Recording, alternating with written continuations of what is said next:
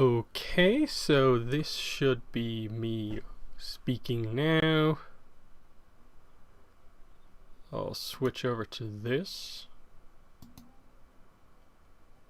And yeah, we should be just about ready to start then. So yeah, as you can see, we are going to start with the Suki Alone preview section of the stream.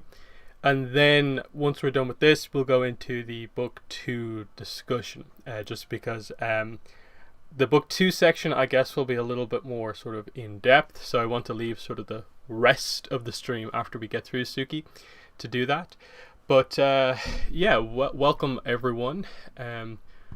Thanks for coming. And yeah, so we obviously have the preview pages for Suki Alone, and we're going to be sort of going through them again. This will be slightly different than the video I did, just because I'll be doing a little bit more sort of, speculation than I did in that video. Like, I already have a speculation video that I did a few months ago before the book got delayed. But now that we have a bit better context, we'll get into some of the discussions and so on. Obviously, with the kind of continuity error thing, we can get into a little bit more discussion because there's a discussion in the comment about it. But yeah, we have our cover, and I think another thing that is important with this book is the fact that we do have the sort of spirit of Kyoshi on the cover. And so far from what we've seen, there's no real insight into like where exactly is that coming in. Like, I don't think Kyoshi is going to appear as a spirit to Suki. I think Suki could tell a story that could be nice, but like, is this literally just here on the cover to show that sort of the spirit in the different way, like not the like actual spirit, but the the more figurative spirit of Kyoshi continues to this day through the Kyoshi warriors? If so, that's going to feel a little weird that they have to use almost Kyoshi to sell the book. That's kind of the way to interpret it. So I hope there actually is a Kyoshi scene to justify that being there. Let's quickly read the description, just so we're on the same page here. So, even a Kyoshi warrior can find herself in trouble. Suki is captured by the Fire Nation and brought to the Boiling Rock, a grim prison in the middle of a dormant volcano. Separated from Team Avatar and her Kyoshi warrior sisters, she decides to build her own community among other prisoners. But it's going to take more than an encouraging word to build trust among so many frightened people. Suki will need to draw on all her resources to do it, and even that might not be enough. The key selling points don't really say anything extra about the book, and that's really all there is to go. And you can see here, the preview pages I'm going to show you are the slightly higher quality preview pages on Edelweiss compared to the ones I showed you in the video. So that's good. You can see my review copy request is still pending, so I haven't got a word on that either way. So I'm still waiting and hoping that I do get that. So we'll get into the preview pages here. So here's the first preview page that we saw. I didn't really see too many people discussing it, but like, is this the first page of the book? It could be. Maybe there's like or like 2 pages before this, but like, it seems pretty like clear that yeah, this is going to be very early on in the book.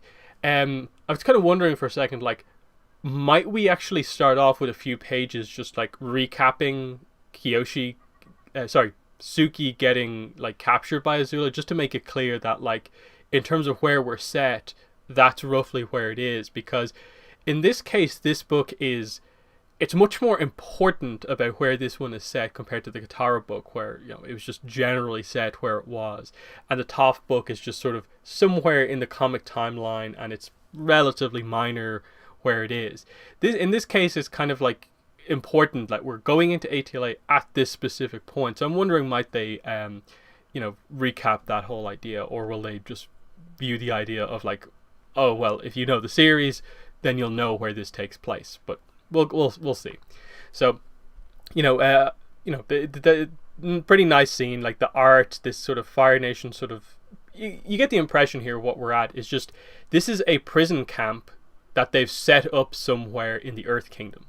and they're now going to ship Suki from the Earth Kingdom off to the Fire Nation and the Boiling Rock. So that's pretty cool, just that kind of visual that they had to come up with, like, yeah, a prisoner camp somewhere else, and this is what it's like. Any last words before I send you to the Boiling Rock? Nice art for Azula, and just that moment, for a lot of people, it's like they see Azula, they're going to watch the video. And so, you know, it's the first time we've seen Azula in one of the comics, like new content with Azula in like, what, 5 years? Really telling that it's been that long for Azula. And even though this is going way back, before a lot of the development from the comics, it's still just nice to see the return to the character again, because it has been so long. And there's obviously a lot of hope that we eventually get back to her story in the comics, or Avatar Studios can tell her story, but this is where we're at right now. We're telling these type of stories. So that's the first page. Second page, obviously a lot more dialogue here, but important dialogue. Getting to see Suki not just stand up physically to Azula like she did in 216, but here actually verbally sort of stand up to Azula. That Azula can be kind of intimidating to come up against in terms of just a verbal battle. We see that even like the likes of a Toph can get pretty frustrated dealing with someone like Azula, and it's interesting to see Suki just completely stand her ground around Azula and not give her what she wants, like, at all. So, you know, giving me the silent treatment, that's no fun. Don't you have a message you want me to give to someone, like that boy with the boomerang? What's his name? Saki, Saka, Saka. Whatever, I know. I should tell him that you're desperate for him to come and rescue you. I'm sure he would if he could. Then he could capture you both and take turns tormenting you. Doesn't that sound fun?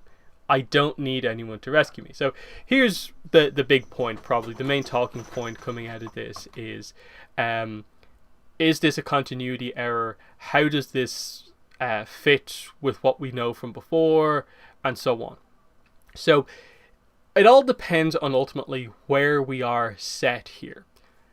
Dialogue from here, and also I think on the next page of her basically saying, what is it? When I track down the Avatar. So she feels at this point Aang is alive.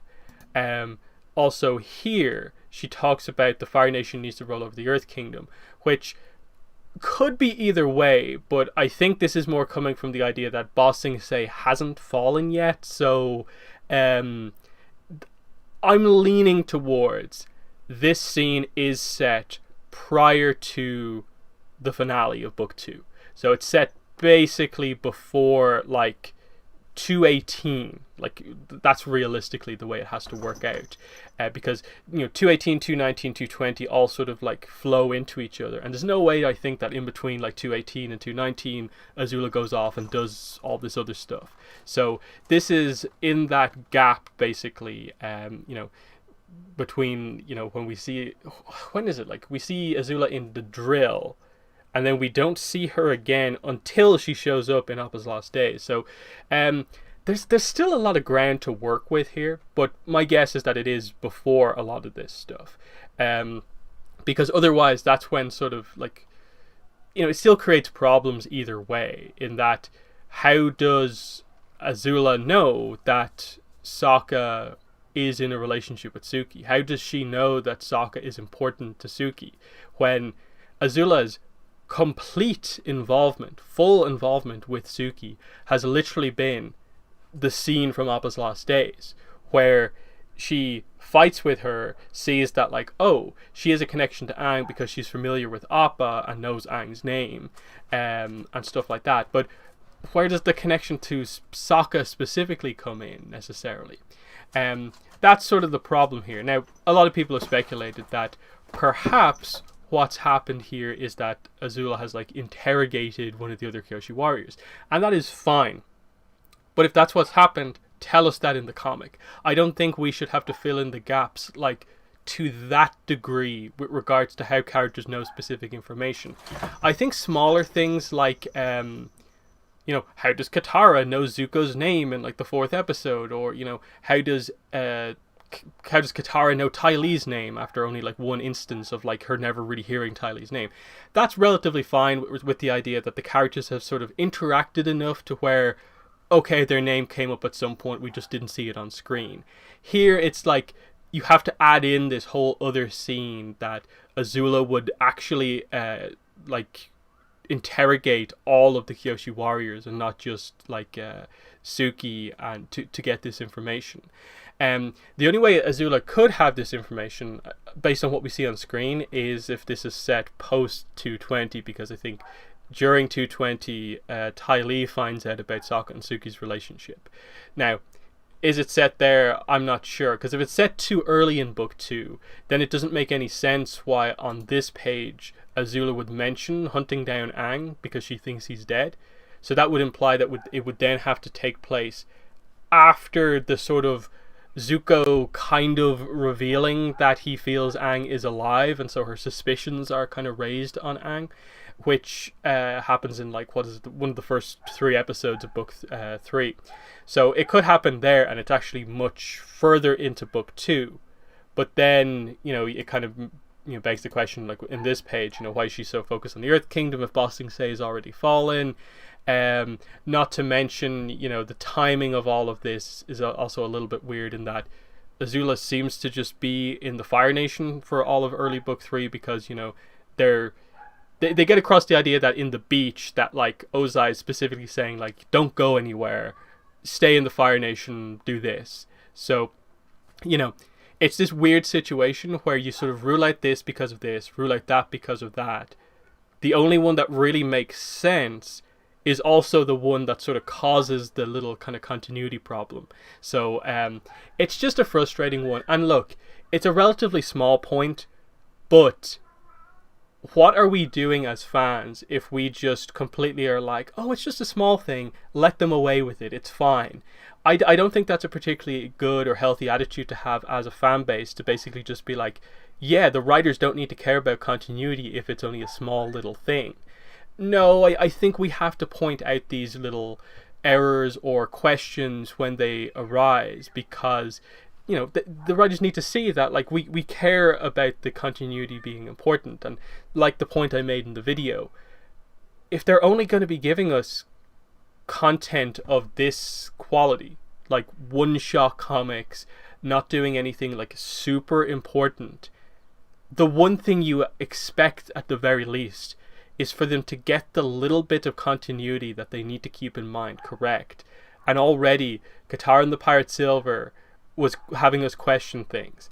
This comic is having us question a little thing. And yes, they're small, but in a comic like this, why is that even coming up? Like, so far in these pages, like, in terms of writing, like, is there anything particularly fancy going on here? Not really, because it's all completely stemming off from Azula's line of dialogue in the Eclipse, you know, part 2, the Invasion part 2. The Eclipse is the name of the episode. What am I thinking? Anyway, that's what we're doing here. Azula said that thing, let's build off that and create this conversation with Suki. Now, the scene from ATLA already sort of presented the idea of, wait, where did Azula make the connection of, like, you know, Sokka is connected to Suki, again for the same reasons of, like, Suki is in very few episodes prior to her reintroduction in the Boiling Rock. So where's all this coming from? And they're adding on to it here, but in adding on to it, they're creating other little problems, and it's just, why do you keep doing this to yourself? It's just a kind of frustrating kind of situation to be in. But anyway, we'll move on. You'll be completely alone at the Boiling Rock. None of the other Kyoshi warriors will be there, so no sisterly bonding in captivity. This is just, I suppose, a good explanation to give to just get across, yeah, why weren't all of the people that she captured just thrown in prison with her? And obviously, Azula is thinking about these things. You don't want to put a whole group of warriors in the same prison together. So separate their leader, make their leader suffer the most, and then the others without their leader are going to be in a bit of an issue. So there's that. So that's pretty nice. I want you to experience just how hard Fire Nation prison life can be, fighting your fellow prisoners for miserable scraps just to stay alive. So then, again, this seems to be a plot point that they're actually delving into quite heavily. The idea is not just that when we switch to the other scene with the new prisoner, that they're talking about food, but that even Azula is mentioning that it is an intent of the prison, that there's just enough food to keep people alive, and that you will be fighting with your other fellow prisoners for food. That's another way where, like, it puts all the prisoners at odds with each other, because your food is so important to keep you alive. So no one's going to group up together to form an escape attempt. Just think, only a short time ago you were the leader of the Kyoshi warriors, respected and feared, but now your sisterhood is in ruins thanks to your failures. Now you get to watch from a prison cell while the Fire Nation rolls over the Earth Kingdom. And then that's classic Azula, just, sort of twisting the knife there of, like, you're captured now because of you. You were the leader. They fell on your watch. And now you will be helpless as we, defeat your nation. That's very, very Azula. And I'm doing all this especially for you because you're my favorite prisoner, so they have to establish why is Suki her favorite prisoner. And obviously this is just Azula trying to mess with Suki, but ultimately, as we see here, she doesn't really get anywhere. Suki doesn't say a lot to her. Suki won't give that to her. So Suki actually handles Azula pretty well here. You deserve the best the Fire Nation can offer its enemies. Well, since you're no fun at all, I have to make my own fun when I track down the Avatar and his little group. Have fun cooling your heels in prison while I destroy your friend. So again, you have to stay here while mysterious things happen to your friends and you can't do anything about it. And she's led off to the Fire Nation, of course. So, pretty nice opening scene. I wonder, will there be any more Azula in the book? The question obviously is, does Azula come back to disrupt what Suki is doing, or is it more of the warden, other prisoners that cause the problems for Suki?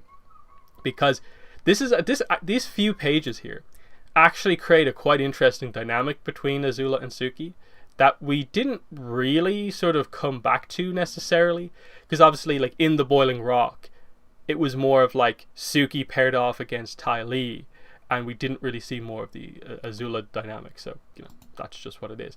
But anyway, we cut scenes, and this is going to be, I suppose, more of what most of the book is like. We're not going to have every single page of this book just be Suki talking to Azula, Suki talking to this important character. There's going to be more scenes of this. Suki talking to prisoners we've never seen before, the other Chit-Sang-esque characters. So there's a bit of sort of like pressure here in that the Boiling Rock two-parter did a really good job of introducing new prison characters.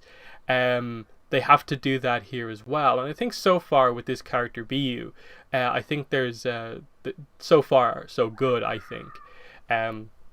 So we just get again the idea of food is pretty important, that she doesn't want to talk to Suki even though Suki's being very friendly, unless food is involved. So again, really emphasizing the food as being a major point in all of this. So, Suki's like, okay, I'll do something food related for you. Introductions first.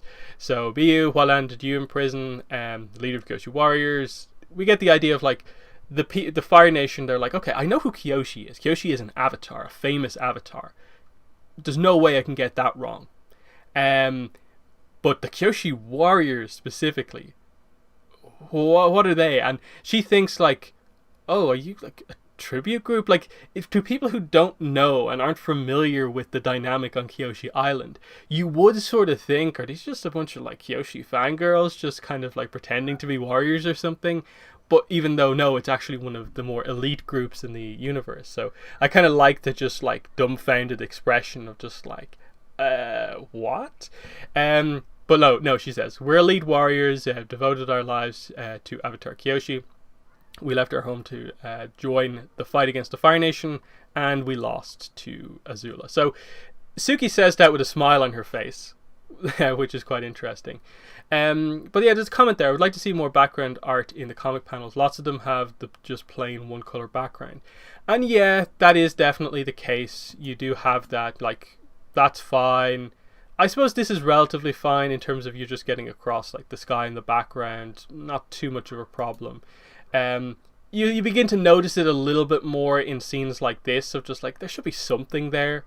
But in a big character scene like this, I sort of get them wanting to more emphasize the emotions here, of just like, it switches from just relatively calm, peaceful, and then the first thing that really adds emotion to the scene is Suki saying, I don't need anyone to rescue me, and she's angry. Azula cools it down a little bit more, but then, you know, drives the knife home. I like the color backgrounds at times, because they do add emotion to the scene just with the color kind of dynamic.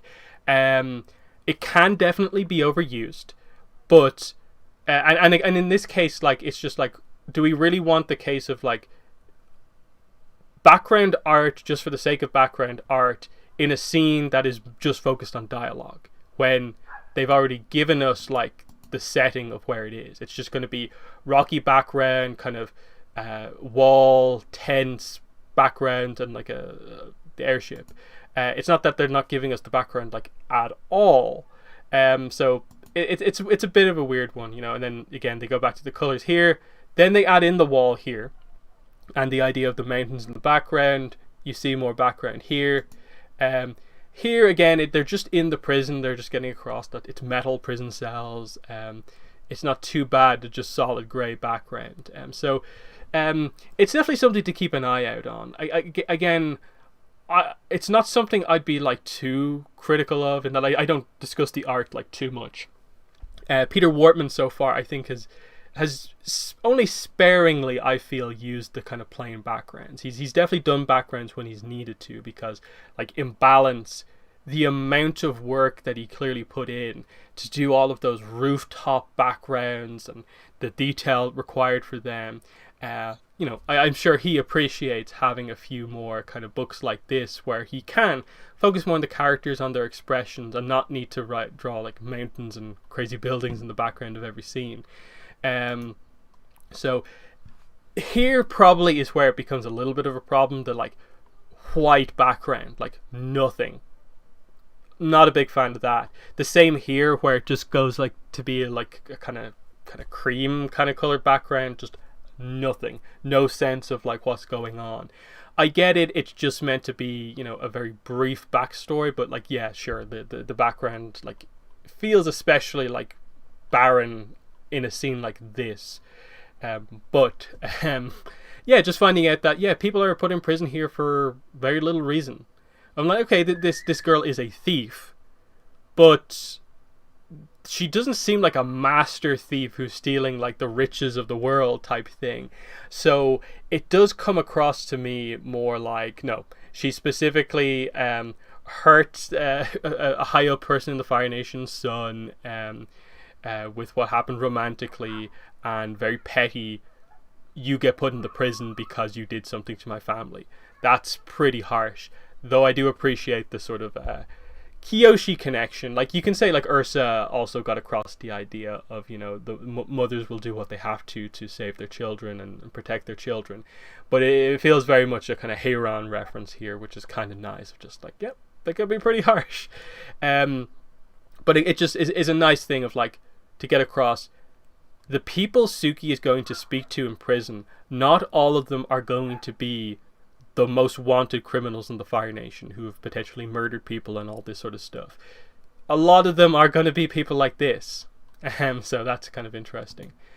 In that, like, arguably, from the Fire Nation perspective, Suki is probably one of the few characters who maybe, like, there's a, like, maybe justified reason because she was fighting against the Fire Nation in the war.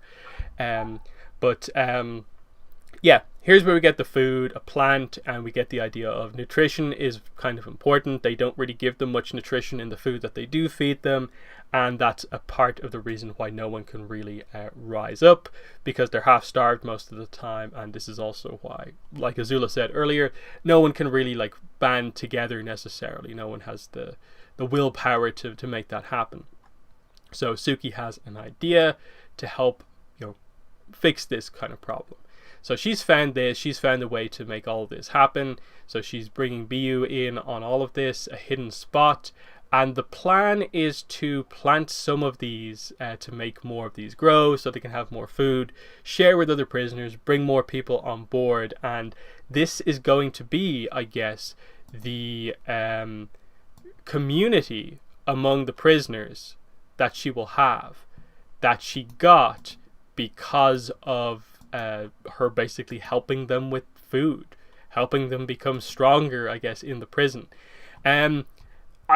Visually, I suppose it's going to be very interesting to see how they do that. Like, where is there even space to have any sort of a garden necessarily here?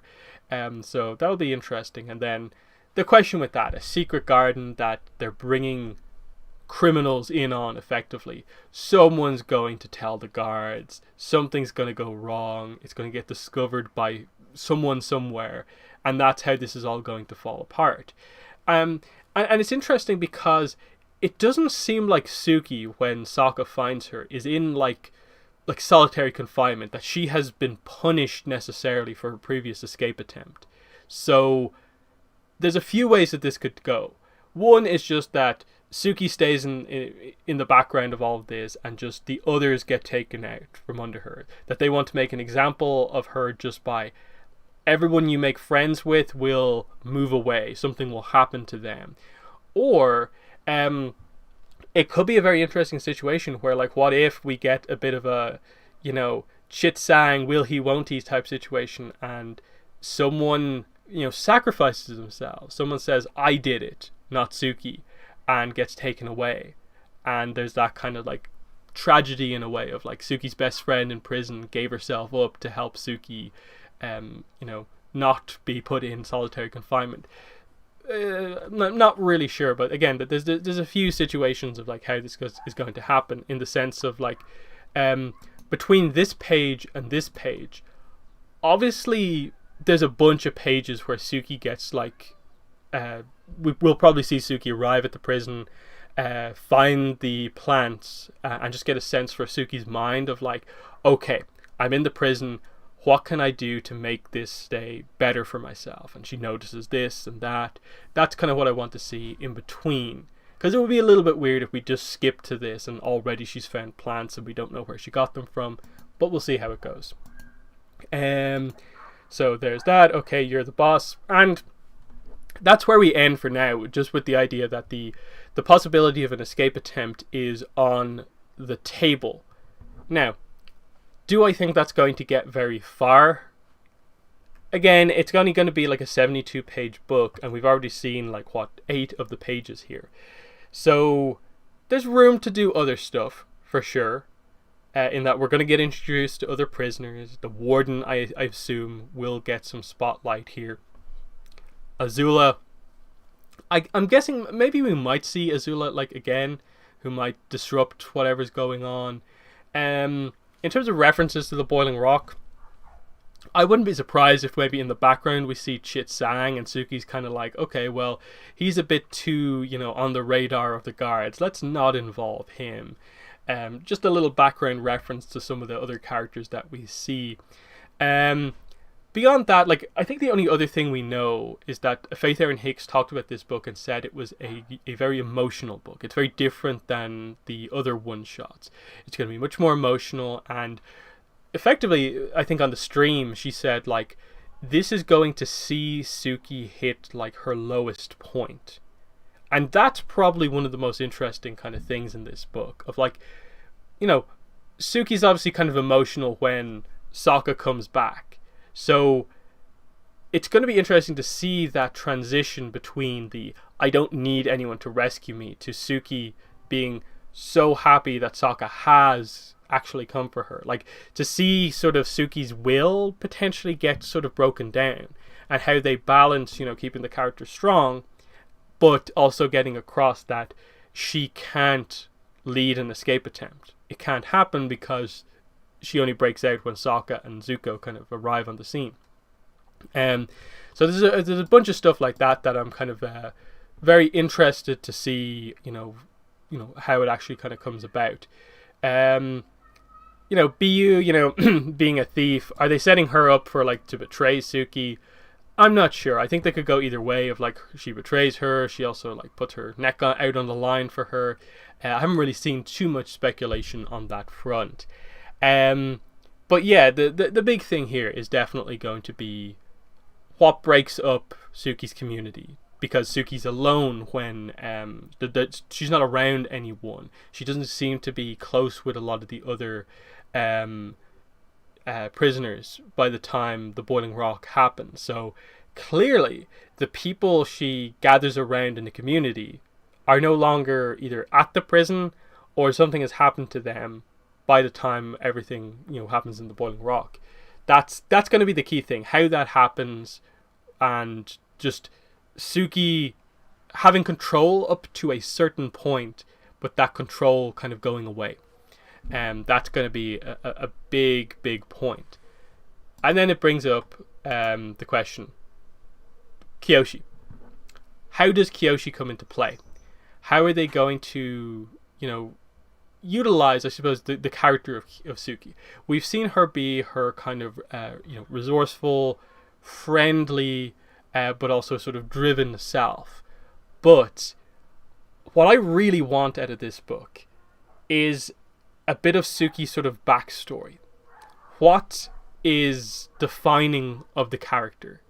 We haven't really had that for Suki, in the sense of like, okay, she's a Kyoshi warrior, but why? How did this come about? That's what I want to see. I'd like to see her on her own, pushed to her limit, and really have to reflect back on sort of those early days of her training and what drove her to be a Kyoshi warrior, what got her into the position where she was obviously picked to be the leader of the Kyoshi warriors.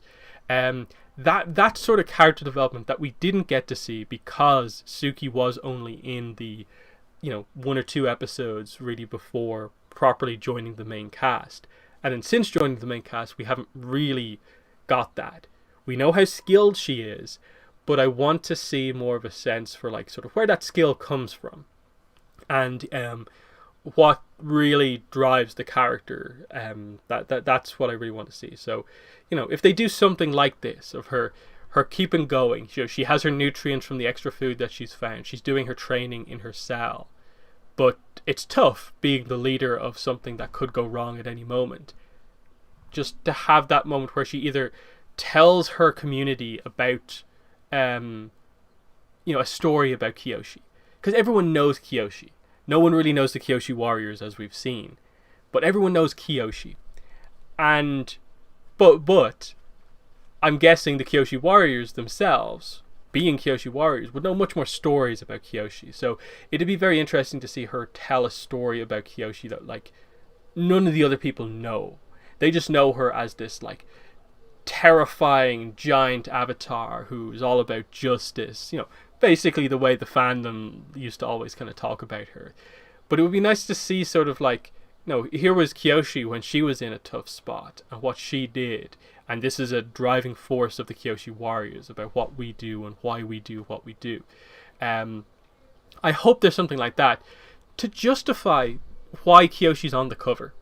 Like, I get it, Suki's a Kyoshi warrior, but how many times has like Suki herself like really referenced Kyoshi herself, in the sense of like Suki's always been more of just, she's a warrior. I know she's a Kyoshi warrior, but outside of I think Shells and I think the mention in this comic, like Suki doesn't like bring up Kyoshi all the time, even though she's a member of Team Avatar now. Like, she doesn't talk to Aang and really like communicate with him in a way where she's like, this is the reincarnation of Kyoshi.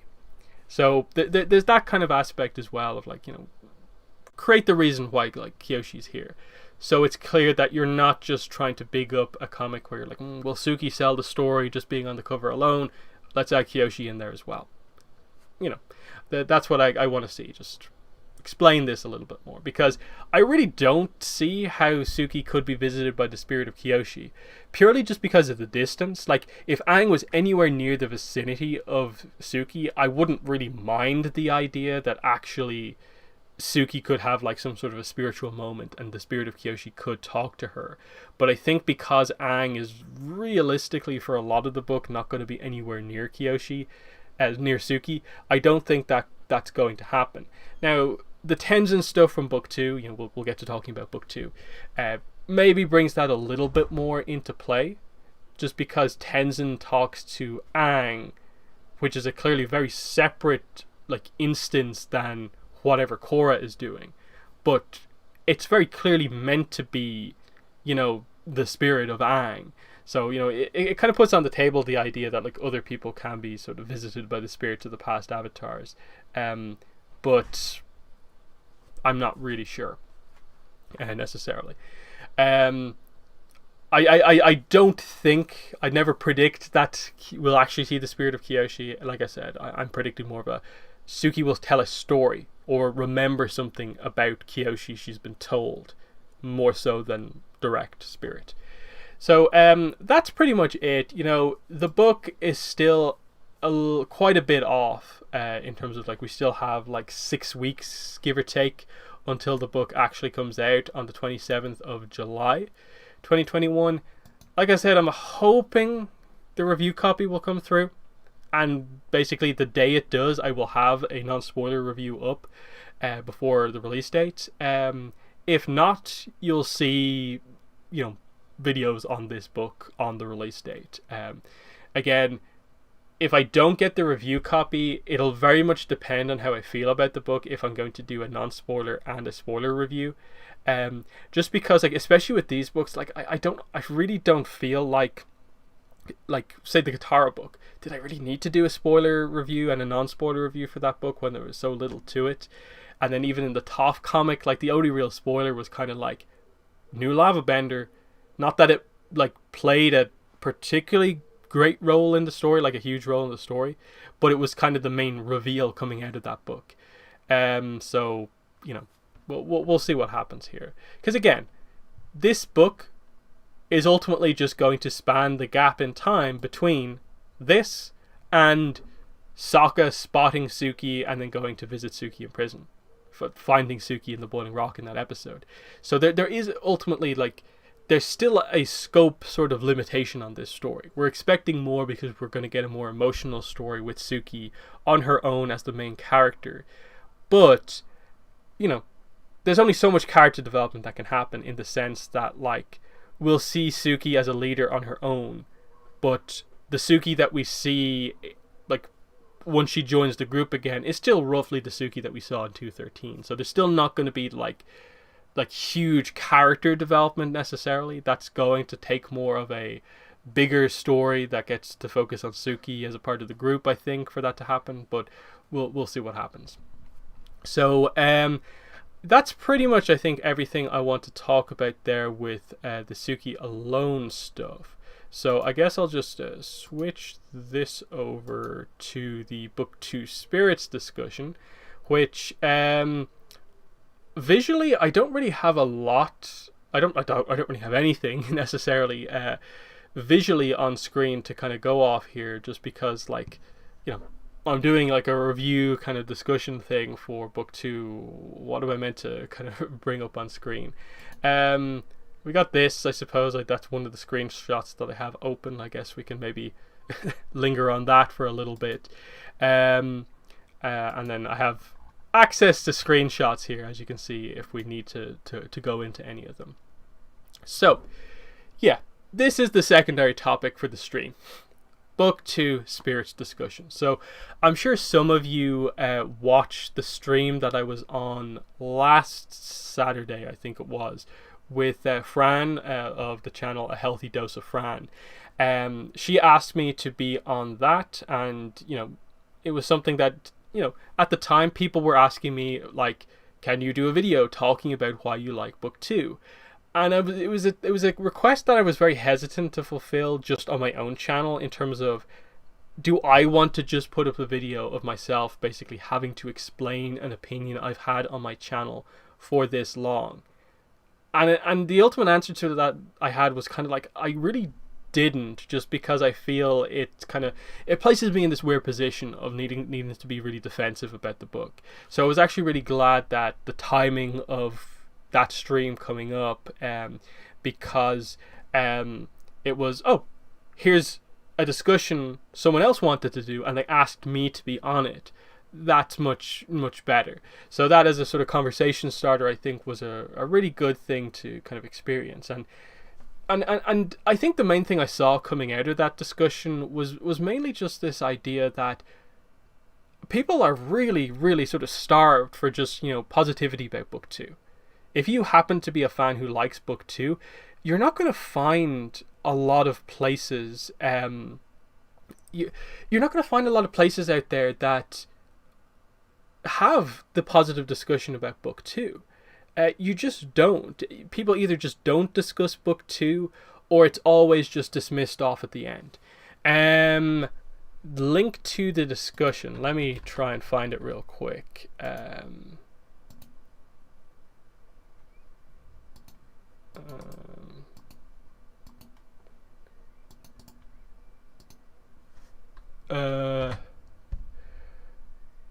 think that's it.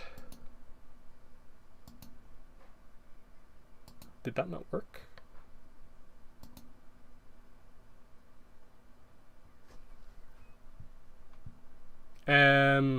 What did I just do?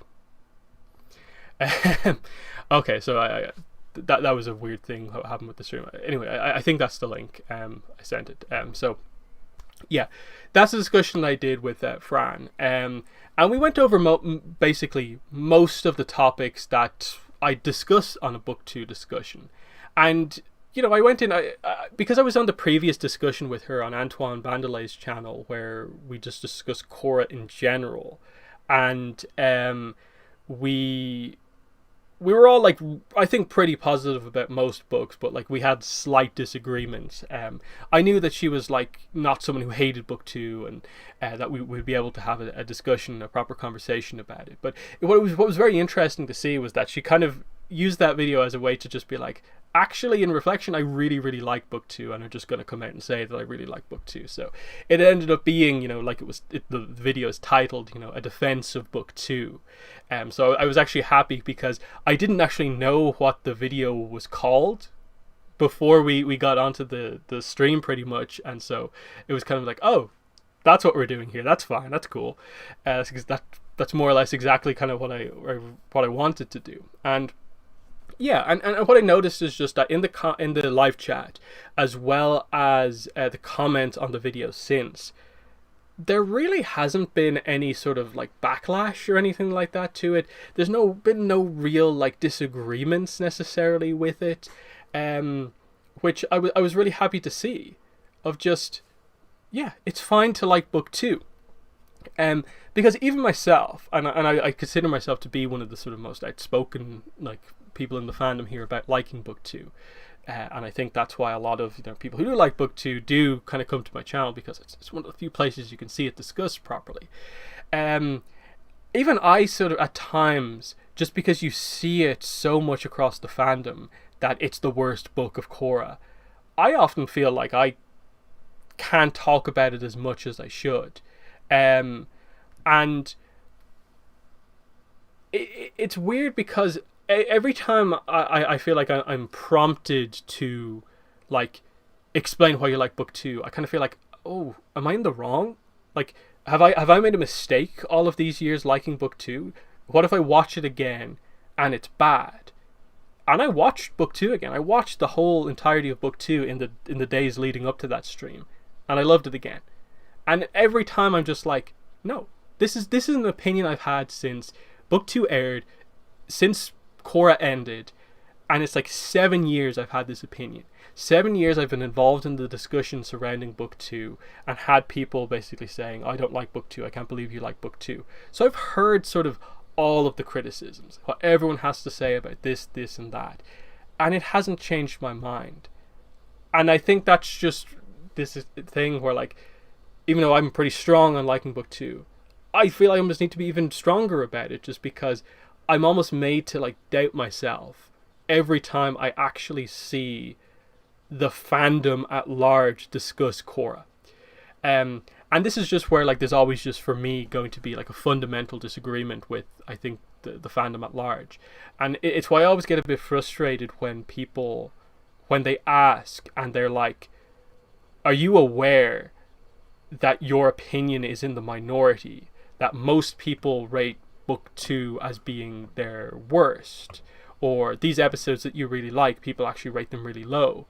And I'm kind of like, I'm aware, but I don't care in terms of forming my own opinion. And I don't see why it should. And this is obviously sort of that debate tactic of, like this, the appeal to the majority, that like my opinion is correct because it is backed up by a large amount of people.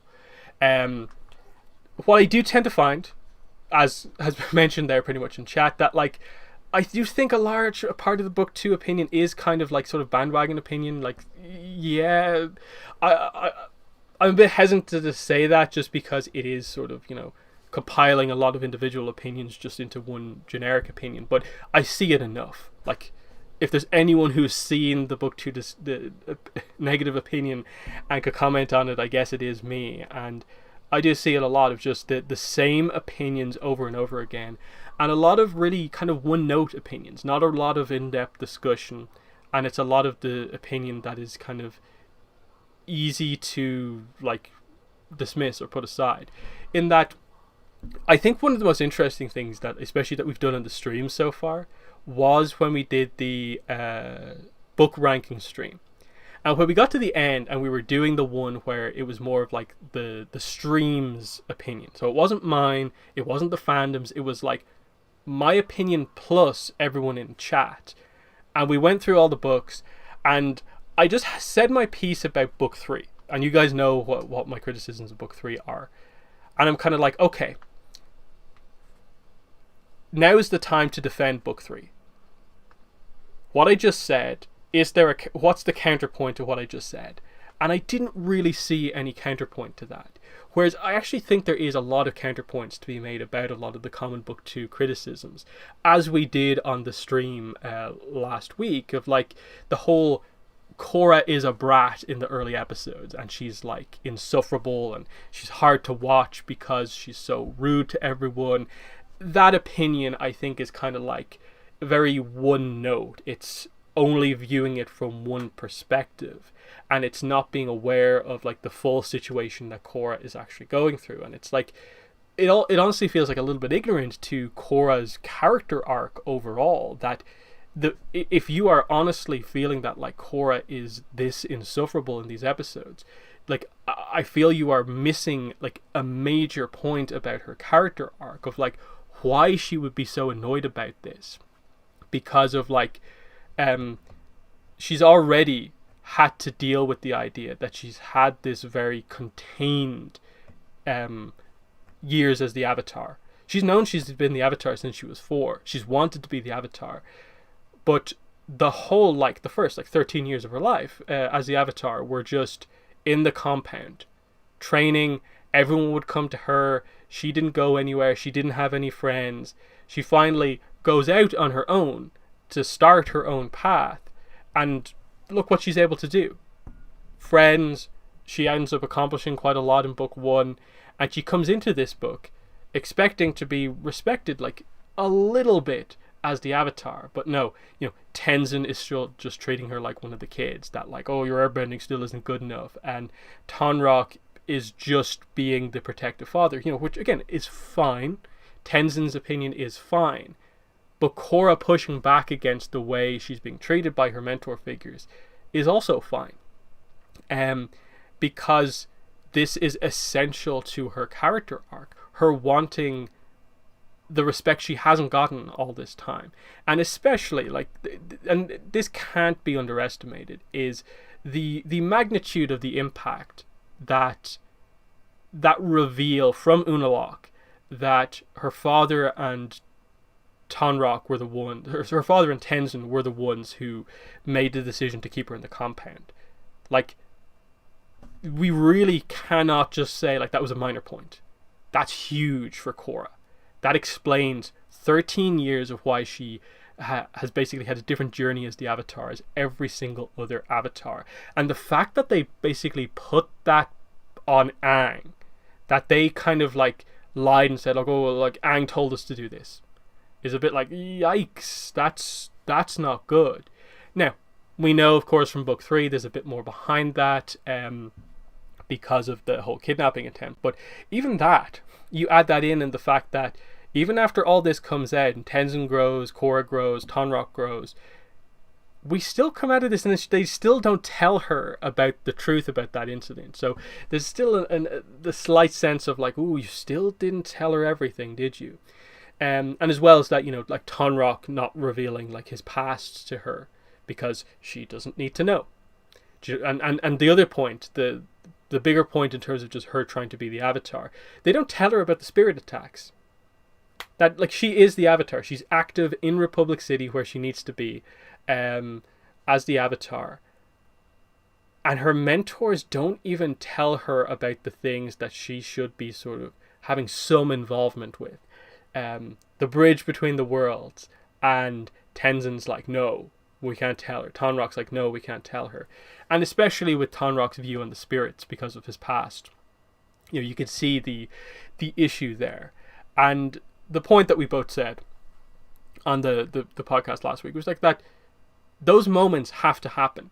Korra has to separate from Tenzin, move away from her father a little bit, because that separation leaves Korra room to grow, it leaves Tenzin room to grow, Tonraq room to grow, and it creates obviously the situation where that dynamic with Unalaq can finally get going in the book as well, because the strength, I think, of Unalaq as a character is that he is one of her family members, and he's able to immediately come in and realize, oh, here's the dynamic that she has with her current mentors and the problems with it. I can get in by pushing at those issues. And immediately, one single reveal, he basically has Korra on his side. In addition to the fact that he's giving her what the others aren't giving her, which is any sense of respect as the Avatar. Like calling her Avatar Korra, introducing himself to her first. All those little moments are just like, that's Unalaq being a good manipulator, which is again a character trait I don't think he ever gets any sort of praise for, really, from a lot of the fandom, because he's always just dismissed as being like, Unalaq's just very one note, he just talks about the spirits a lot, like that's all he's about. When it's like, no, look at this manipulation that he's doing here. Look at the kind of acting role, in a way, he has to play in these early episodes to kind of keep Korra on side, while teaching her enough about the spirits and the spirit world to where she can actually grow and become the spiritual character she needs to be, but not so much information that she has full context for everything that she's doing, so that she's aware of what Unalaq's overall plan is. And you see, and I think it's quite an interesting dynamic. His manipulation begins to sort of wear off. That what he has to do to maintain the scenario in the south and also the north just gets stretched so far. He can't contain it all. He can't, contain the idea of like, we're just going to blockade the south for a while because he needs the portal. He can't just come out and say that. So he has to come up with this other reason, which again gets into the idea of like a common criticism I see. And it obviously comes from a lot of YouTube videos of the whole, how do we fix book 2? Let's turn the book 2 plot into being more about the civil war between the two tribes. And I'm like, that is fine, and I think that is a good idea as just a general Avatar fandom thing. Like, at some point in the franchise, I would like to know more about the civil war between the tribes and the issues at play there. I would never put it on the feet of book 2 that it is responsible for us never getting that reveal, because the comic North and South also, doesn't really cover it. All the like actual historical information we have about why the tribes are at odds with each other in the first place comes from like the old Nickelodeon website. They just haven't gone into that. And especially with the scenario and the way it happens, I don't think it's really I personally don't really find it as being like a plot that they needed to focus too much on in book 2, just because of like the way it came up is because of like Unalaq makes some kind of rough decisions as leader to accomplish something very different. Like, Unalaq doesn't care about the issue between the tribes. His issue with the tribes ultimately comes down to the South is not spiritual. That's what he cares about. He doesn't really care that, like, oh, the South have issue with me being the chief of both tribes because of the grudge between the tribes from that led to the formation of the South. That's not really the case, which I think helps to explain why at the end of the book Unalaq dies. And it seems to be a very easy, casual transition into, okay, cool, South is now independent. The chief of the North is the chief of the North. He's not the chief of both tribes anymore. That it was basically just this, factor of the past that was there, but relations had improved a lot, and this was just this final thing that needed to happen. Again, how do we deal with the actual conflict between the tribes? I think that's more of a backstory thing. Go back into sort of the ancient history whenever it takes place and cover it then. I think it would have like created too much of a like needless focus on the water tribes in the middle of like a lot more going on here. Now, I do think there are some really interesting ideas at play here with regards to the idea of like neutrality, and like Unalaq says to Korra, you need to be neutral as the Avatar, but she's then put in a position where, like, because she knows Unalaq is the villain, she kind of has to side against him, which means choosing a side in the war, and it puts her in a very complicated situation. And already she's struggling as the Avatar because a lot of the people around her aren't really behind her necessarily as the Avatar. They're not giving her that respect. And now she is struggling with just like, what am I meant to do here in this situation as the Avatar? And we've seen this before, like Kyoshi. Look how she deals with the politics in the shadow of Kyoshi. That sort of feels like Korra here. She wants to do something and try and improve things. Because that's the type of character that she is. She sees a conflict and she wants to. I can do something to make this to fix this. But again, her trying to accomplish that, she gets nowhere with a lot of the people around her. And this is where we get into the idea of like, is she at fault, I suppose, with regards to her relationship with Raiko? And I think in reflection have to be like, no, Raiko ultimately proves himself to be a not very good president and have motivations that are not all about caring about the world. Yes, he cares about the city to a certain degree, but it's like every move he makes is like, what is the decision that will keep me in power, rather than what is the decision that's right for the world. Like, if you need any insight into Raiko about if he is a character who you should like defend from Korra in this scene, Korra comes back and explains, yeah, there's this world-ending event about to happen that you can basically help me avert if you support me with the United Forces. If you just listen to me this time, we can end this here and now. But he's just like, no, Korra, no. And then what does he do at the start of book 3? Exact same thing. Overreacts to an incident in the city. He blames it on Korra, and that's it. That's Raiko as a character. Then just look at Turf Wars.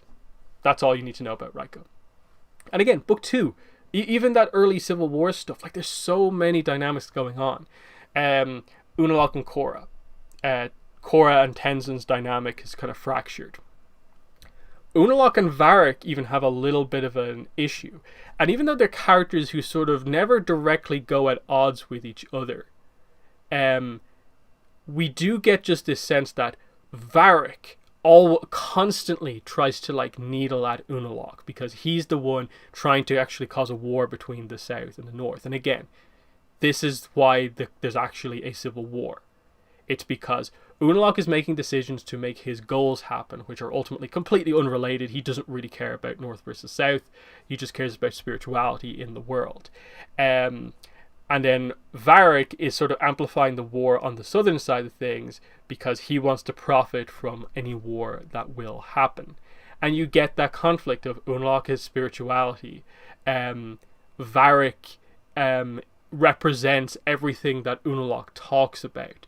The shift of the South to being more modern, focused on technology, losing track of all spirituality. which actually creates a bit of an interesting dynamic with regards to just where Varric's arc ends up going.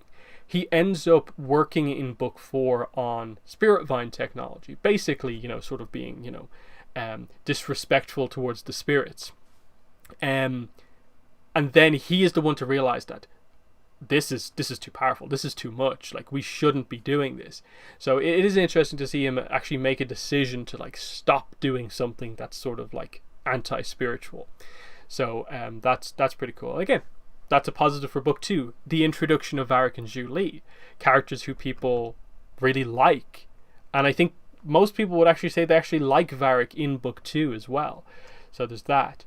And then, like we didn't really talk too much on the stream last week, but like we just added it in at the end. But like a lot of those smaller arcs, like Mako's arc, seeing Mako get to stand out in this book as being like, oh, he's a really good police officer. Like, his skill at bending means that he's going to be like an incredible officer. Like, he's going to be able to take out all the triads that he needs to do. And he's like skilled on that motorbike, that really cool action scene at the start. And then that arc of, dealing with being a rookie in the police force, which I know some people take issue with this arc because they feel like it like mischaracterizes Lin to give Mako this kind of big moment. But my thing has always been like, we are hypercritical of Korra in book 2. We're hypercritical of, like, say, Mako in book 2. But we're just going to be like super, super defensive about Lin, that Lin can't have a flawed aspect of her personality. Like, the same Lin who required this massive sacrifice moment, big character development in the middle of book 1 to get us on her side. Because otherwise, like, Elaine is kind of you're not super behind Lin in those early episodes because of how mean she's being to Korra. That there is that aspect of just like, Lin is very kind of gruff and hard to kind of like at times. And yes, she's loyal to her officers in terms of if they get captured, she'll do everything she can to get them back. That's a very different dynamic than how Lin values each of her officers in terms of like leads on cases, who she trusts with the right information. So I don't have a problem with this Mako arc ultimately sort of highlighting this weakness within the organization of the police force, and Lin is a character that, she was a little bit like, don't trust the rookie. He's just a rookie. Don't listen to him because he's a rookie.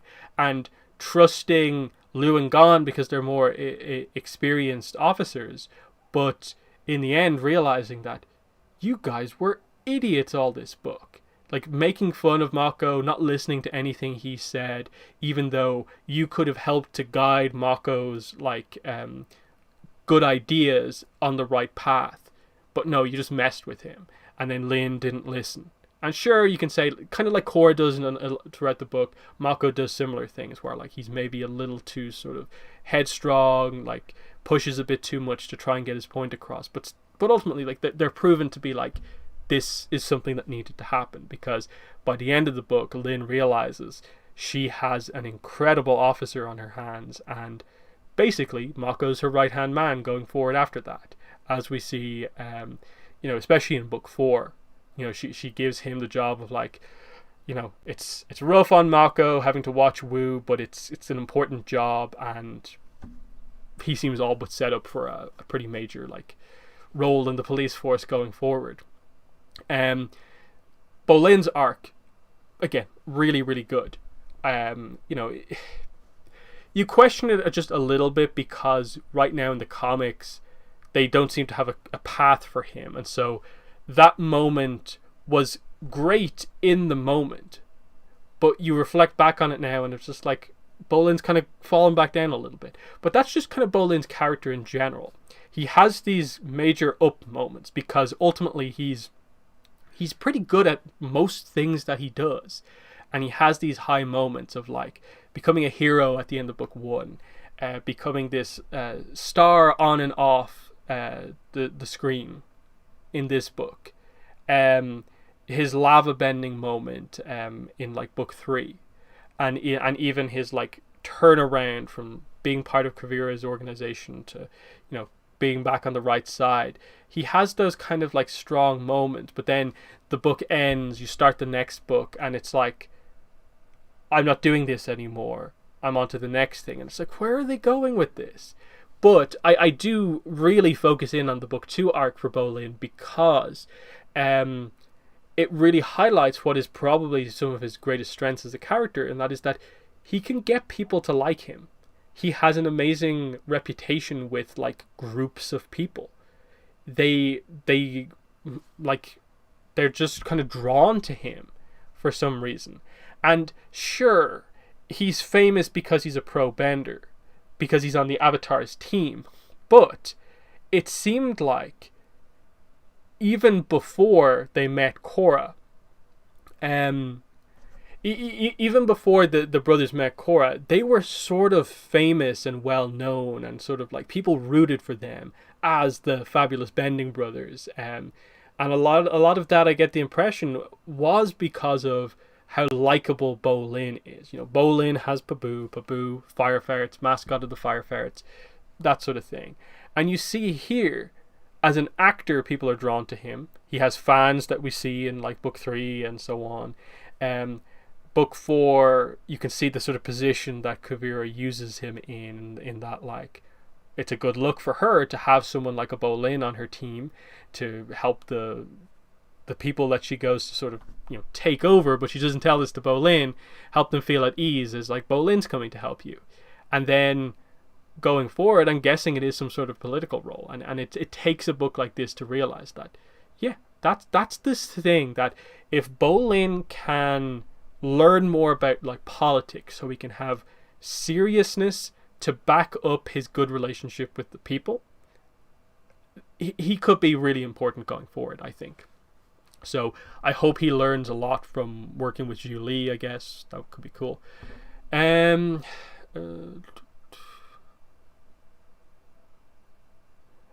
So yeah, this is an interesting question. You know, do you think Korra at one point during the show told Mako and Bolin about Rava and Vatu?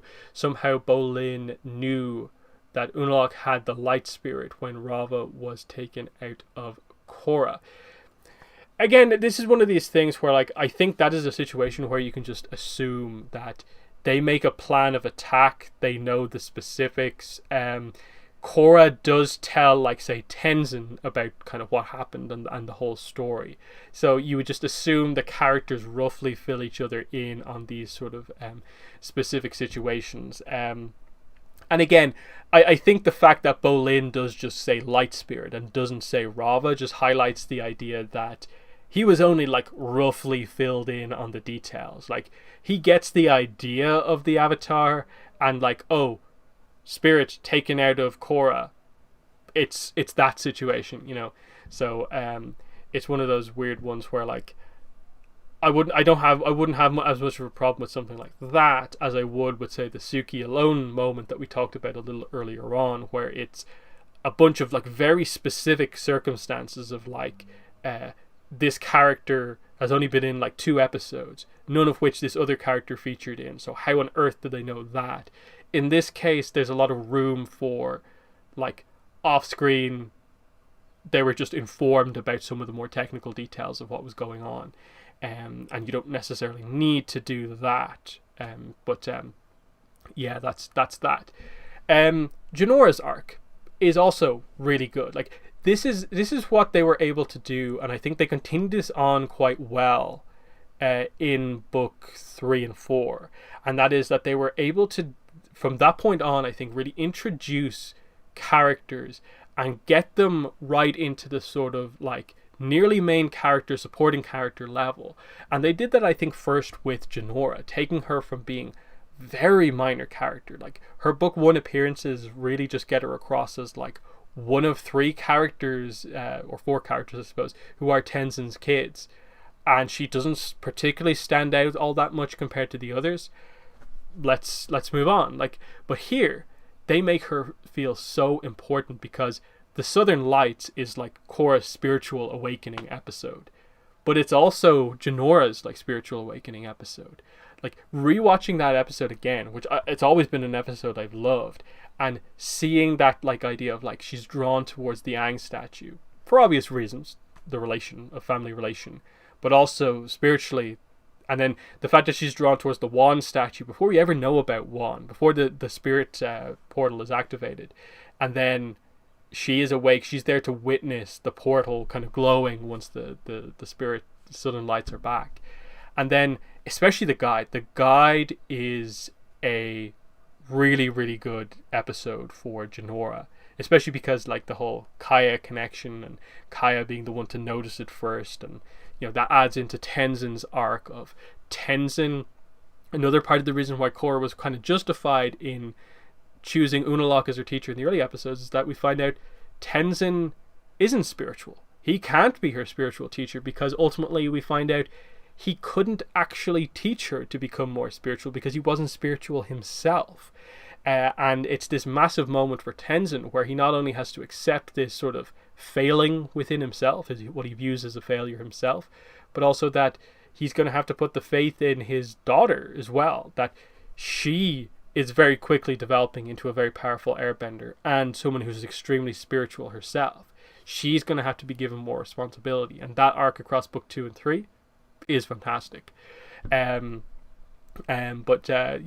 in the chat. So do you think Bolin's endgame, like where will all his arcs lead to, will be him going into politics? It's the only path I can really see for, because to me what they did at the end of Runes of the Empire kind of has to be it. It's him kind of at the start of that book questioning if he should do this, but by the end of the book realizing that no, I'm going to stick with this. And I feel it would be just so weird if they were to do something else. So I think they are going to use a few things here. They're going to use the idea that he's good at getting people behind him. That's a valuable trait for a politician. He likes to help people, and he can help people from a political position. So it's really just, once he learns to be more of a sort of a character you can take seriously as well as being likable, then he's going to be a very incredible politician going forward. The question is obviously like, whereabouts do they put him? Like, where is he going to be like the representative for? Is it going to be Bossing Say? Because that would be like a huge move if like Bolin becomes like the, not the king of course, but I guess the like elected representative, the like mayor of Bossing Say. That would be like so interesting as a concept to me. But I do think a lot of just the character traits of Bolin are ultimately leading in that direction. That when he was part of the Earth Empire, what he valued about working with Kuvira was helping people. So I think he's going to want to do something like that. And they might tie it in with the idea that his family is from Bossing Say. He saw how much they struggled. He might feel he can finally be the one to fix whatever's going on in Bossing Say. Fix the issue of like the inequality between the rings. Make it better for everyone.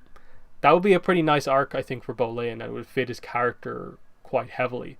The only thing that I think counters that is just that, like, this is one of the most powerful benders in the entire show, one of the few lava benders in the show, and we're suddenly giving him this, like, almost exclusively, like, political arc where he might not have much of an opportunity to fight, because if people just see him fighting all the time, is he going to be... people might be afraid of him, and the whole issue with benders might come up. An issue that for the most part he seems to have avoided in a lot of this because he is so likable. So that's a bit of an interesting dynamic. I really hope they can develop Iki a lot more and have her discover a new subbending or something. She's overshadowed way too much despite having a very strong personality. Yeah, it's an interesting one with Iki where Genora gets to stand out because she had so many more of the sort of main character moments across the series. Milo gets to stand out because he's the weird one and he's always highlighted. He always gets scenes of him being funny or weird, and you note like he's going to be a very unique and powerful bender going forward because they're always careful with that. Iki, it's a lot more subtle where, like Bolin, she has that trait of, you know, she's a good talker. She's good at getting people behind her, and again, it's more of a kind of politician type thing. I do wonder what position they're going to put her in that, like, they don't seem to be emphasizing that she's like super spiritual like Genora. So what is going to be her kind of unique trait within the Air Nomads. Honestly, I can see maybe when she's older, just like having a pretty major role as being like, she feels like one of the perfect people to just like introduce people to bending. More so than I think everyone else. Like, Genora is so into the culture like Tenzin is. Whereas I think Iki is a little bit more down to earth. And because she's so chatty and so on, she kind of feels like the perfect one to be like, yeah, if people are worried about like joining the new airbenders and like how much of the culture do I need to take part in, I have this bending that I've just discovered that I have. I see that maybe being kind of part of the role for her. It's unfortunate that like her bending skills don't really seem to stand out as much. Like, she's obviously very skilled, and I'm guessing she'll be like roughly like next on the line to get her tattoos at some point. I just hope they find like a spot for her to utilize her a little bit more. Because especially I suppose after like the time skip that they did, it feels like you almost like need to start to do some of what you did with Genora with her now to find like what her path is going to be. But what I will say is, going back to book 2, the Iki stuff in Civil Wars I thought was really good. Like, that whole sort of sequence with the Tenzin stuff in Civil Wars was really well done, and utilizing that sort of like that plot dynamic of Genora and Milo like make fun of Iki, she runs off, and so we get the bonding moments between Tenzin, Kaya, and Bumi as they're searching for a missing Iki, and then Tenzin finds Iki on his own after he's had a big fight with his siblings.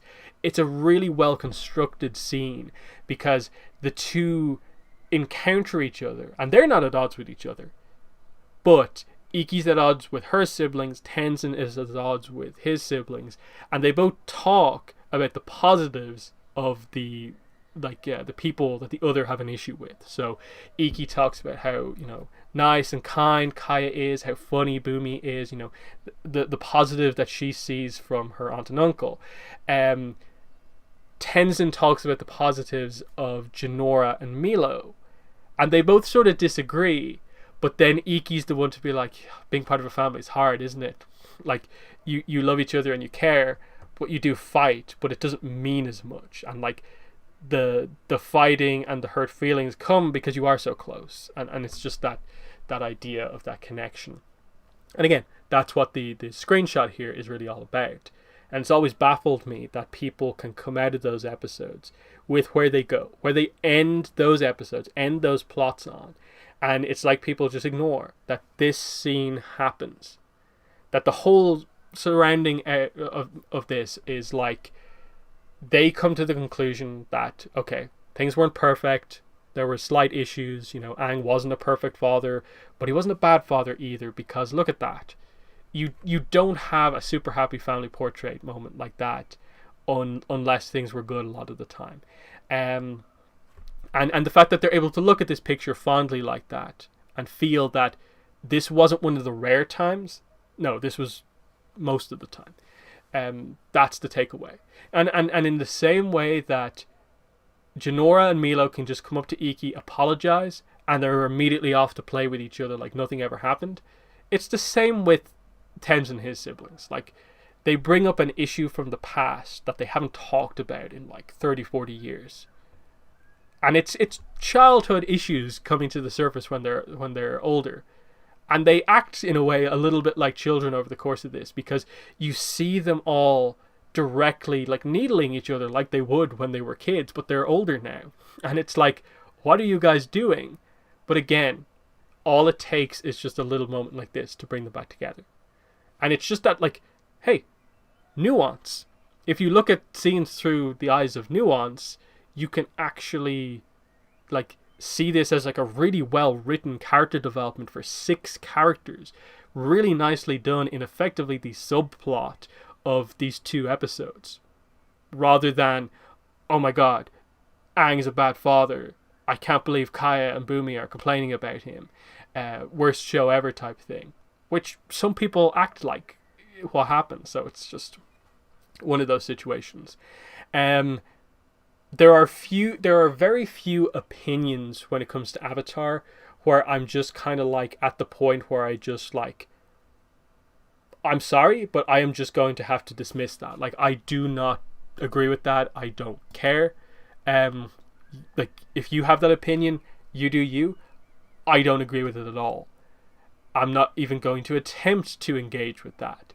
And I'm at the point where the whole, if you honestly interpret what happens in Civil Wars Part 1 and 2 as like presenting Aang as a bad father, that's a big like, I don't think we watch the same show. I don't think we are going to agree on anything. Like, if you honestly feel that way.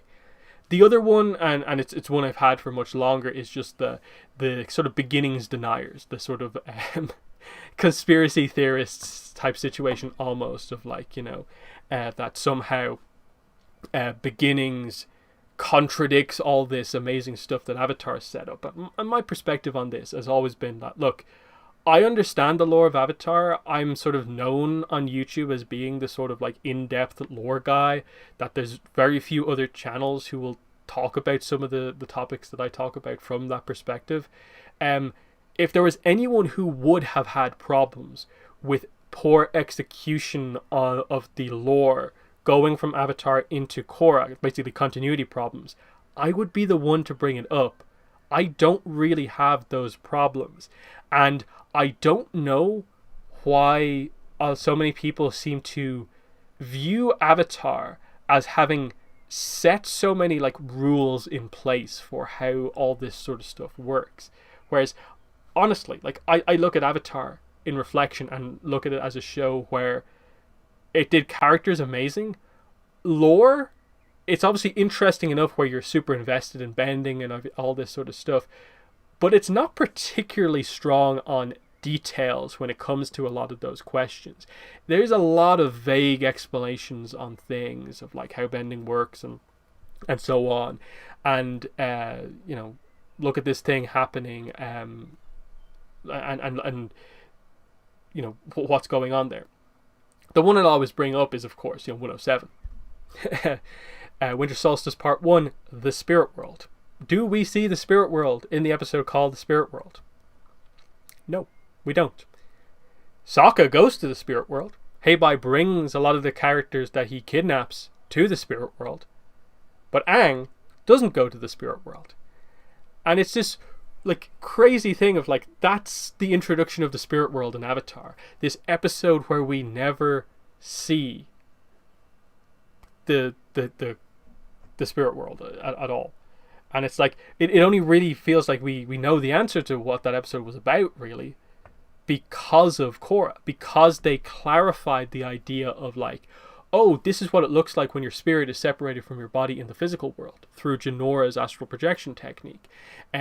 That's what Aang was doing. It's just he doesn't have the control over it like Genora did, because he doesn't have that special technique. He just had this really weird edge case scenario happen where he like touched Heibai as Heibai like went between worlds, and Aang didn't go with Heibai into the spirit world, but he was still separated to a degree. So it's just like really awkward like edge case situation to introduce us to the spirit world. And even then we see it in the next episode, but it's literally just a world for like Aang to talk to Roku. So it takes until the book 1 finale for us to actually see the spirit world, and even then we only see sort of like Ko's domain, and that's the thing as well with like the spirits. How many spirits do we see in Avatar? Like seriously, like in chat, start listing off the names of the spirits that we actually see in ATLA. And by ATLA, I basically just mean just the show. Just the episodes of the show, book 1, 2, 3. What spirits do we actually see on screen? Because I've always disliked the complaint about book 2, that it ruined the idea of spirits, because like the spirits in ATLA were so cool, and then they introduced like so many spirits in Korra that it made them all really weird. And it's like, my point has always been like, we see like 5 spirits, and like most of them are just animals or humanoid. Like maybe 1 or 2 of them are actually like properly like unique as spirits. But but for the most part, they're not all that, like, fancy in a way. And that's why, I used the carrot guy as my my avatar on most of my social media and stuff like that, because there's a unique spirit. It's a carrot. That's pretty fun. But yeah, like look at those ones that we see it there in chat. So like Ko, Heibai, the Painted Lady, Twee, La. There's Enma, the monkey spirit that we also see just before we see Ko.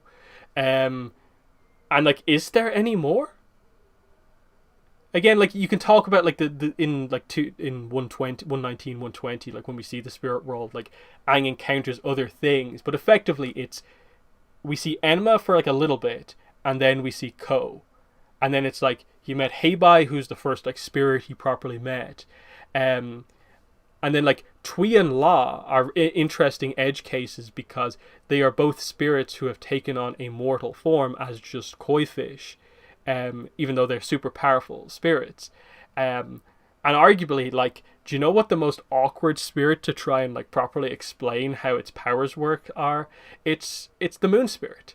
Like, the idea of the moon spirit is probably like one of the most complicated things in the entire lore of Avatar.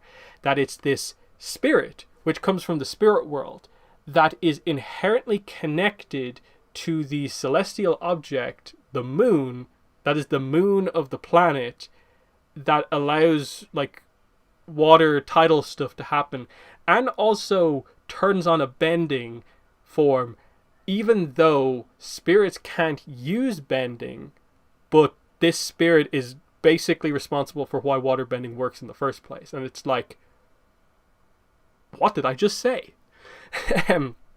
Like, it's really like weird and complicated, whereas like I feel like a lot of the stuff, like, they really clarified what they wanted to do with spirits by the time they got to Wan Shi Tong. Let's not forget Wan Shi Tong and the knowledge, the foxy knowledge spirits, of course. But yeah, there's a lot of edge cases. Even like the Painted Lady is a human who became a spirit. It's not even like your typical spirit. So you have all of those situations, like, Iroh becomes a spirit, and like Iroh helps to sort of retroactively explain the idea of the Painted Lady and stuff like that. So they make it work later on, but it is like a case of like, I would never say Avatar is the rules type situation when it comes to Avatar at all. The big point, the one that everyone brings up, is the whole origin of bending animals. The sky bison, badger moles, the dragons, and the moon. That everyone is like, no, this is a contradiction. Avatar directly said that people learned from these things. And it's like, okay, yes, it said that. But did they ever fully clarify that people who were non-benders became benders in the first place by looking at the moon? Did they ever clarify 100% for sure that people got empowered with this ability by watching dragons? Like, how does that work? Not to mention, like, the really obvious thing that completely like ruins that whole like perspective on it is, if that was literally the case, where the power of bending comes from, humans got it from the animals, why are we worried about The Last Airbender with Appa around? Appa can just give anyone he wants bending, if that is the case. But no, that's not how it works. And Avatar itself even clarifies it. You can tell it might have been a little bit murky itself in the earlier episodes because of what they did with the like Oma and Shu's story in early book 2.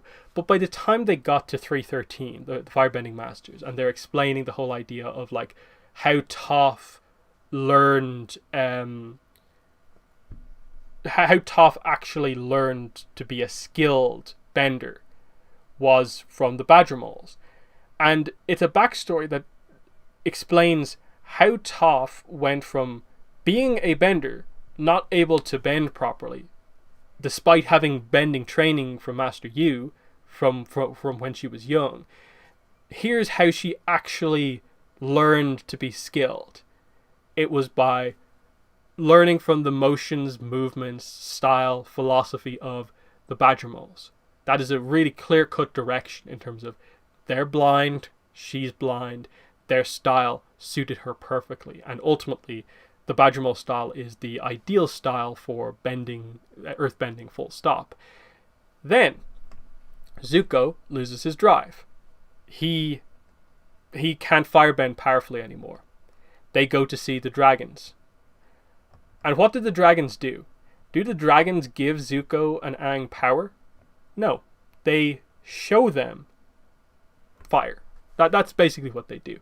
They show them their movement, the dancing dragon, which obviously is a form, and it's how the dragons move through the air. And they make the fire tornado around Aang and Zuko. They never at any stage like do something that like augments Aang and Zuko like physically, that changes them to how you now have empowered firebending. No, it's a philosophy thing. They now know the true like way of firebending, not because the dragons said like, oh, you can do it now because I changed you. It's no. View firebending from this perspective, not from this perspective. You use your drive to accomplish this rather than this. That's what it's about. Not that the animals were the ones who like directly, gave the ability. It's one of those things that just is. It's taking like vague details super literally. And I get it. Look, I'm never going to say like ATLA is the like bastion of like continuity, because it has its own errors and issues. There's a reason Kyoshi is 230 years old, and we needed the explanation we got in the Kyoshi books to explain her age.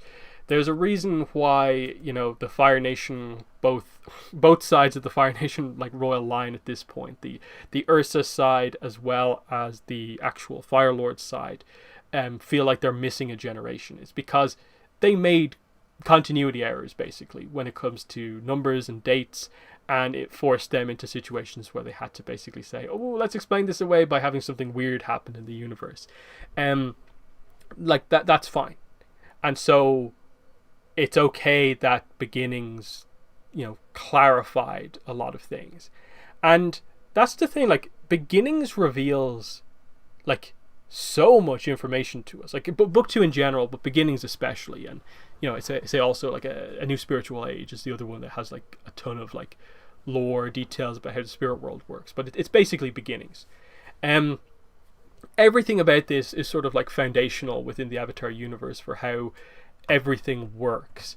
Like just the situation at the start of like, oh yeah, we go back 10,000 years ago, all humans lived on the backs of lion turtles. No, we are not going to explain to you how this happened, how this came about, but this is the situation that we're in. Spirits inhabit most of the physical world, and humans only survive in the world because of the lion turtles, which immediately creates this very, very interesting dynamic in terms of a backstory for the lion turtles. When did this come about? How long have things been like this? That, how many years have humans lived on the backs of lion turtles? How long ago were the portals opened first that this is the case? Which obviously begs the question of like, we know Vatu says that he is like far, far older than even the first thing that was ever considered a human. But when the portals were opened, like when spirits actively changed the way humans had to live, that's a very, very interesting situation, which is fascinating, because it immediately places the lion turtles in this situation of like, they have chosen specifically to help and protect humans. Why is that the case? Why, in moments of great danger for the world, do they return in a way to help the Avatar? They left. It was the era of the Avatar at the end of Beginnings, but one lion turtle chose to come back to help out Aang in that moment. That speaks to this idea that if the Avatar is effectively like the guardian of balance in the world, who was it before the Avatar? It was the Line Turtles. And again, they're intelligent beings that are able to speak telepathically. Spirits view them as also being ancient, which obviously establishes them as, I suppose, the first physical beings in the world. So just the Line Turtle, this thing that confused a lot of people at the end of ATLA, but revealed our first glimpse into sort of ancient history for the most part, with the idea of like, in the era before the Avatar, we bent not the elements but the energy within. So this technique to take away bending actually like predates the idea of, you know, humans having bending, which basically gave you a clue to the idea of like, how did humans get bending in the first place, is through that technique to give people bending. Now, there's obviously still questions about stuff like the Line Turtles. Okay, it makes sense. They naturally have energy bending.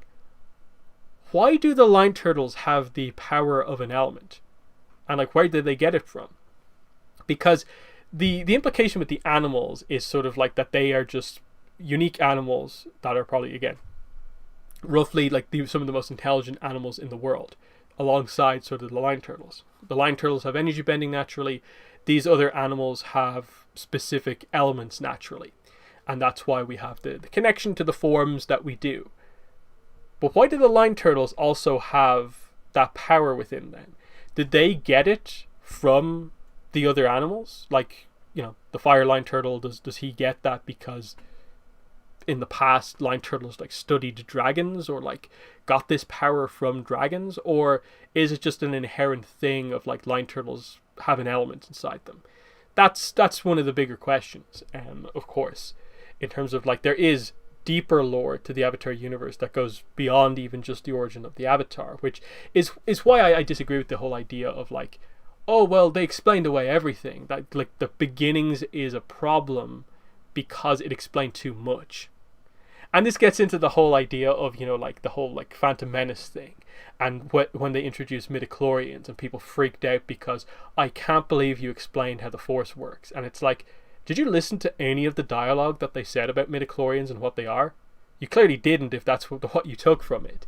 And it's just this idea of all that does in Star Wars is explain the simple question of, why do some people have the Force and some people not have the Force? And it's because of basically midichlorians. And that's basically like all they effectively say on that topic. Do they explain the Force? Not really. Especially when like in the originals they basically explained the Force as just being like an energy field, and like that's all you really need to know. This was just the answer to a question, and effectively I feel like that's a lot of what Beginnings does. It's just it helps to answer a bunch of like fundamental questions about like, okay, like it's hard to picture in your head the concept of like waterbenders, like they just watch the moon push and pull the tides and learn to do it themselves.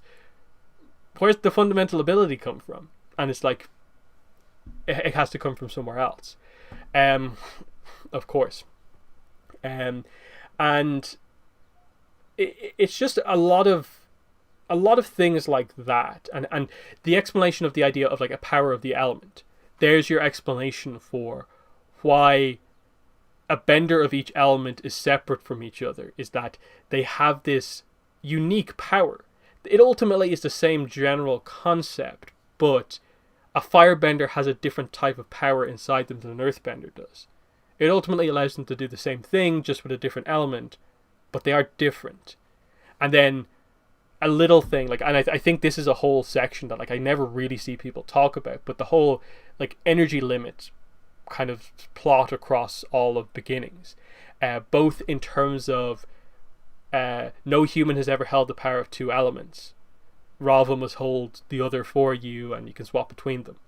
And then add on to that the whole idea of spirit morphing, and specifically with Rava, I can't stay inside of you anymore, Juan, or I will destroy you. It's like, boom, there we go.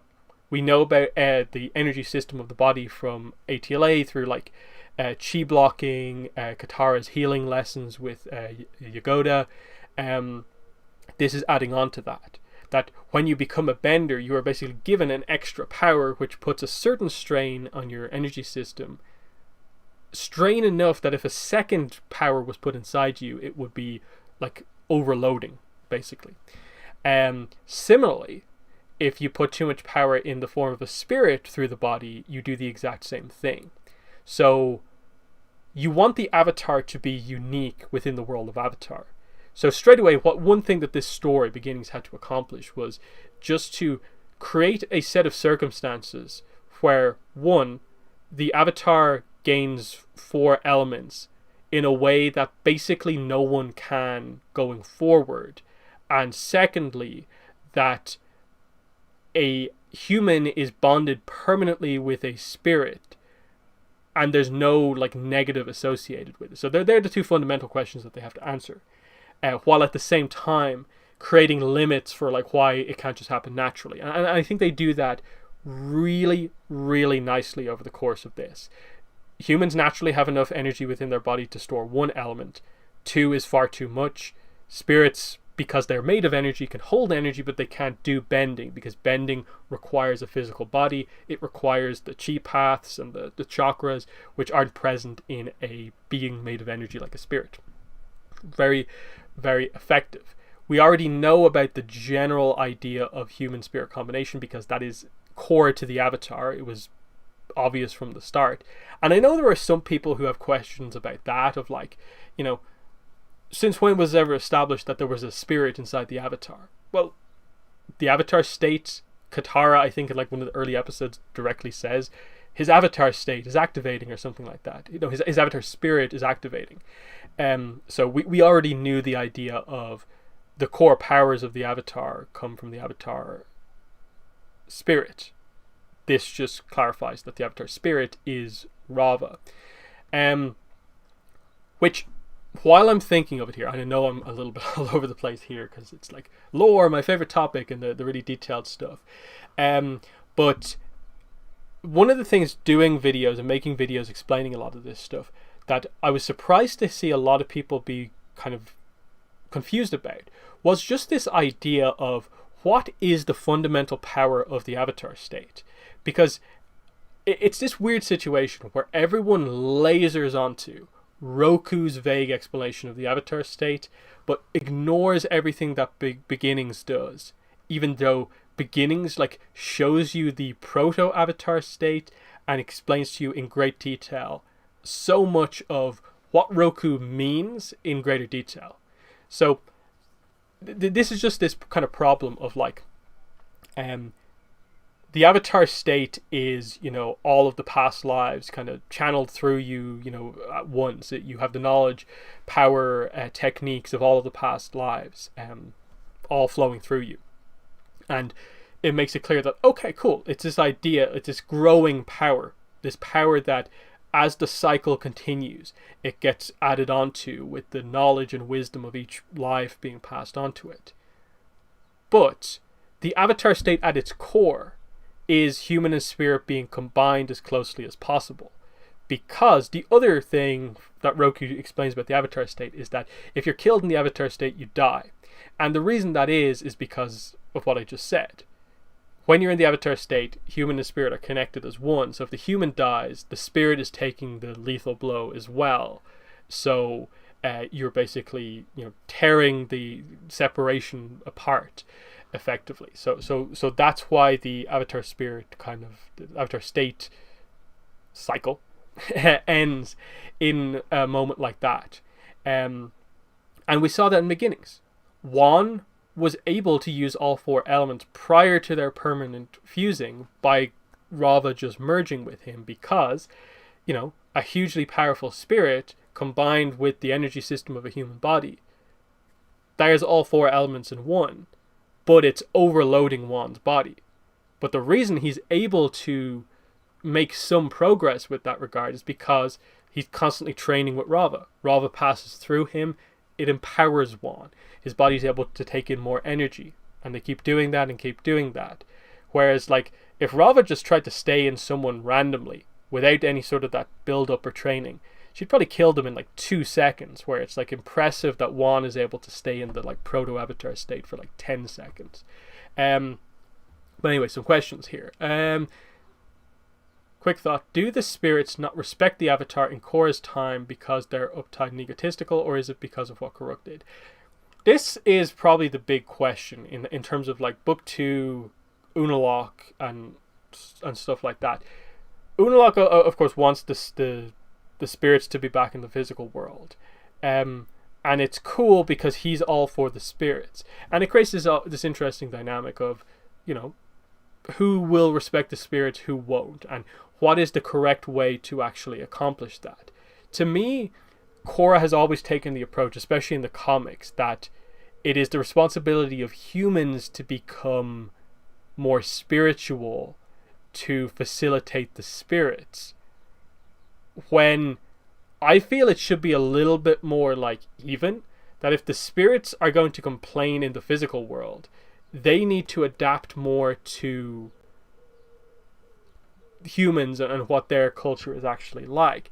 I get respecting spirits to like a certain degree, but I do feel fundamentally like that attitude is very much like humans need to change for spirits, and spirits never need to change at all, which is an interesting point in the idea of like, are spirits even capable of change for the most part? Now, we know someone like Rava was able to grow through her relationship with Wan, having not much respect for humans, and then obviously greatly respecting humans by the end. That's quite notable. But otherwise, yes, most spirits are egotistical, is probably actually a decent word. They think very, very highly of themselves from what we see, and really look down on humans as like a lesser form of life, basically. But then you have almost like the reverse of that in the Rift and Lady Tianhai, and it's why I like the Rift so much, is that you have a spirit who grows to appreciate humans so much that she actually chooses to live a mortal human life. And Old Iron can't understand why Lady Tianhai would ever do something like that, because he can't look at humans in the way that she did. And it's this kind of fundamental issue of like, humans are capable of change to almost an insane degree. That's in terms of any sort of sci-fi fantasy thing, that's always the human thing, adaptability. Spirits are not particularly adaptable, even though their powers allow them to actually like change form and stuff like that. So it's a really unusual one in that I don't think the spirits and the way they are ultimately comes down to just like the bad behavior of like a handful of humans. I think a lot of it is just that like, even despite everything that we now know about spirits, I think we still don't know enough about spirits as a whole to fully understand the situation. And that's why I think I'm still so sort of confused, and I almost side more with the kind of human side of things, especially in like the Korra comics where we have that dragon eel spirit like speaking for the spirits, and they just seem needlessly like antagonistic towards all humans and like not helpful. So I'm eager to see how they actually approach this going forward, and how Korra and I guess Genora are going to be key players in helping the world react better with spirits. Because it's one of those things where like I look at beginnings as like, again, from the perspective of like a human spirit dynamic, and I see Wan becomes friends with Ai, and yes, it's because he made an effort to sort of like interact with them, but also was the case where like he was forced to do that because the spirits were in control of the physical world. And this is always that like super interesting piece of dialogue. Let me try and find it here. Transcript of Beginnings Part 2. Where is it?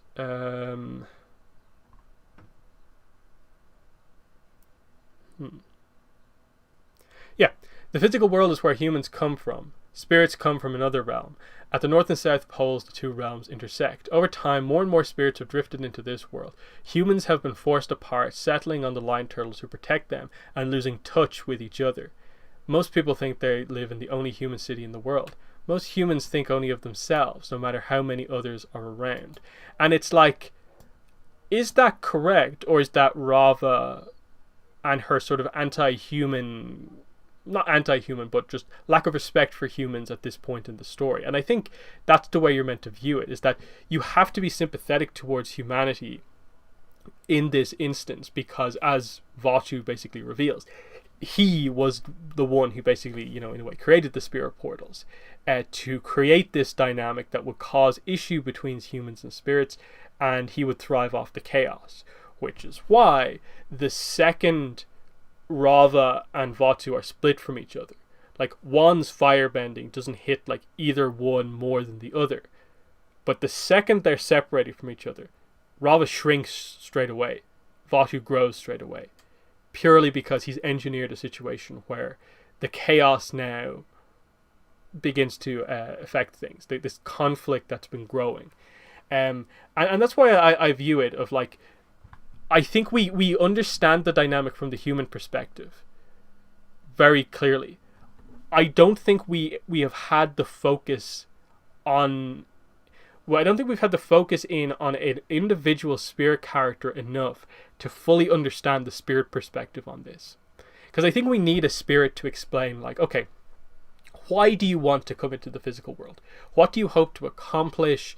And what are you doing? Like, do you like humans? Do you want to live around humans? Do you want to become friends with humans? Or do you just like nature? What's the situation? Because right now it feels very like lopsided towards the spirits, where spirits, like humans are letting spirits come into the physical world, and there's very little policing of it necessarily. Like Korra is realistically like one of the only characters who can actually police the spirits. When it comes to the other way, it's still the humans basically being like, we are going to be respectful of the spirits in the spirit world and only allow a certain amount of people in. But even the few people that do go into the spirit world are met effectively with nothing but abuse from what we for the most part see by spirits. In that, like, Genora had an okay time when she entered the spirit world. And Korra, they were arguing with her, she's the avatar. It created a bit of a problem. But that just seems to be the spirits kind of full stop. They're a little, trigger happy, I suppose. And maybe that's me having a perspective that's maybe a little bit too sort of towards the humans, not towards the spirits. But again, it's just the way the story's been presented so far. But Book 2 is the book that introduces this conflict to us. And we haven't really come back to it outside of a little glimpse in Turf Wars. So I do hope they come back to it. So that's that. Let me see, can I do this? So yeah, let's grab a screenshot here. So yeah, I think this is a great moment. Korra's speech at the end of the book, and like her trials and tribulations across book 1 and basically all of book 2, to me lead her to this moment of growth here. She's struggled at times with the media and giving speeches as the avatar about like presenting what she wants to do, what she wants to accomplish, what being the avatar sort of is to her, actively doing the job. And here it's just a fantastic speech where she's able to, I'll bring it up here. I think I have this one open here. Let me just scroll down to it at the end. Yeah, the War of the Water Tribes is over. Unalaq has been defeated and the Northern Fleet is returning home. The Water Tribes will always be allies, but the Southern Tribe is now independent. And the Southern Council of Elders has appointed my father, Tonrock, to be your new chief. And here we go. I've realized that even though we should learn from those who came before us, we must also forge our own path. So that is why I've decided to keep the portals open. Humans can now physically enter the spirit world, and spirits will be free to roam our world. I will no longer be the bridge. Humans and spirits must learn to live together. My mission will always be to use Rava's light spirit to guide the world toward peace and balance. Harmonic convergence has caused a shift in the planet's energy. I can feel it. Things will never be the same again. We are entering a new age. I think that is like a perfect speech for the end of this book and what has just happened. Major kind of like world affairs have happened. Southern Tribe is now independent. That's a major piece of history finally sort of, righting itself effectively. And then she's noting that, like, we all know what happened. We saw the crazy lights, and we can all sense something is wrong. Even my role as the Avatar has changed. Like, from everything I've learned this book, everything that's happened, I know that this is what's happened. And this is so important. Even though we should learn from those who came before us, we must also forge our own path. It's like, we shouldn't just do the same thing that was done in the past. And this is effectively, to me, Korra, it's effectively Korra, explaining her actions in terms of, like, Juan was correct for his time to close the portals and separate humans and spirits to allow humanity to regain its foothold effectively in the physical world. But she learned from Juan, but it is not, the correct moment for now. It's not the correct thing to do right now to close the portals again. So that is Korra forging her own path. And especially now that she doesn't have the past lives, that is the thing to do. And explaining that, look, this is the way it works now. The portals are open. If you want to, you can go to the spirit world. You don't have to be spiritual, meditate. You can go there if you want. But spirits could come into our world. This thing that, like, is rare to happen is now going to be sort of a common day occurrence because of this decision that she has made. Going back, potentially going back to the way things were like before, but hoping to avoid that by having peace between humans and spirits. And this is key. She'll no longer be the bridge. She's always going to be somewhere in the middle.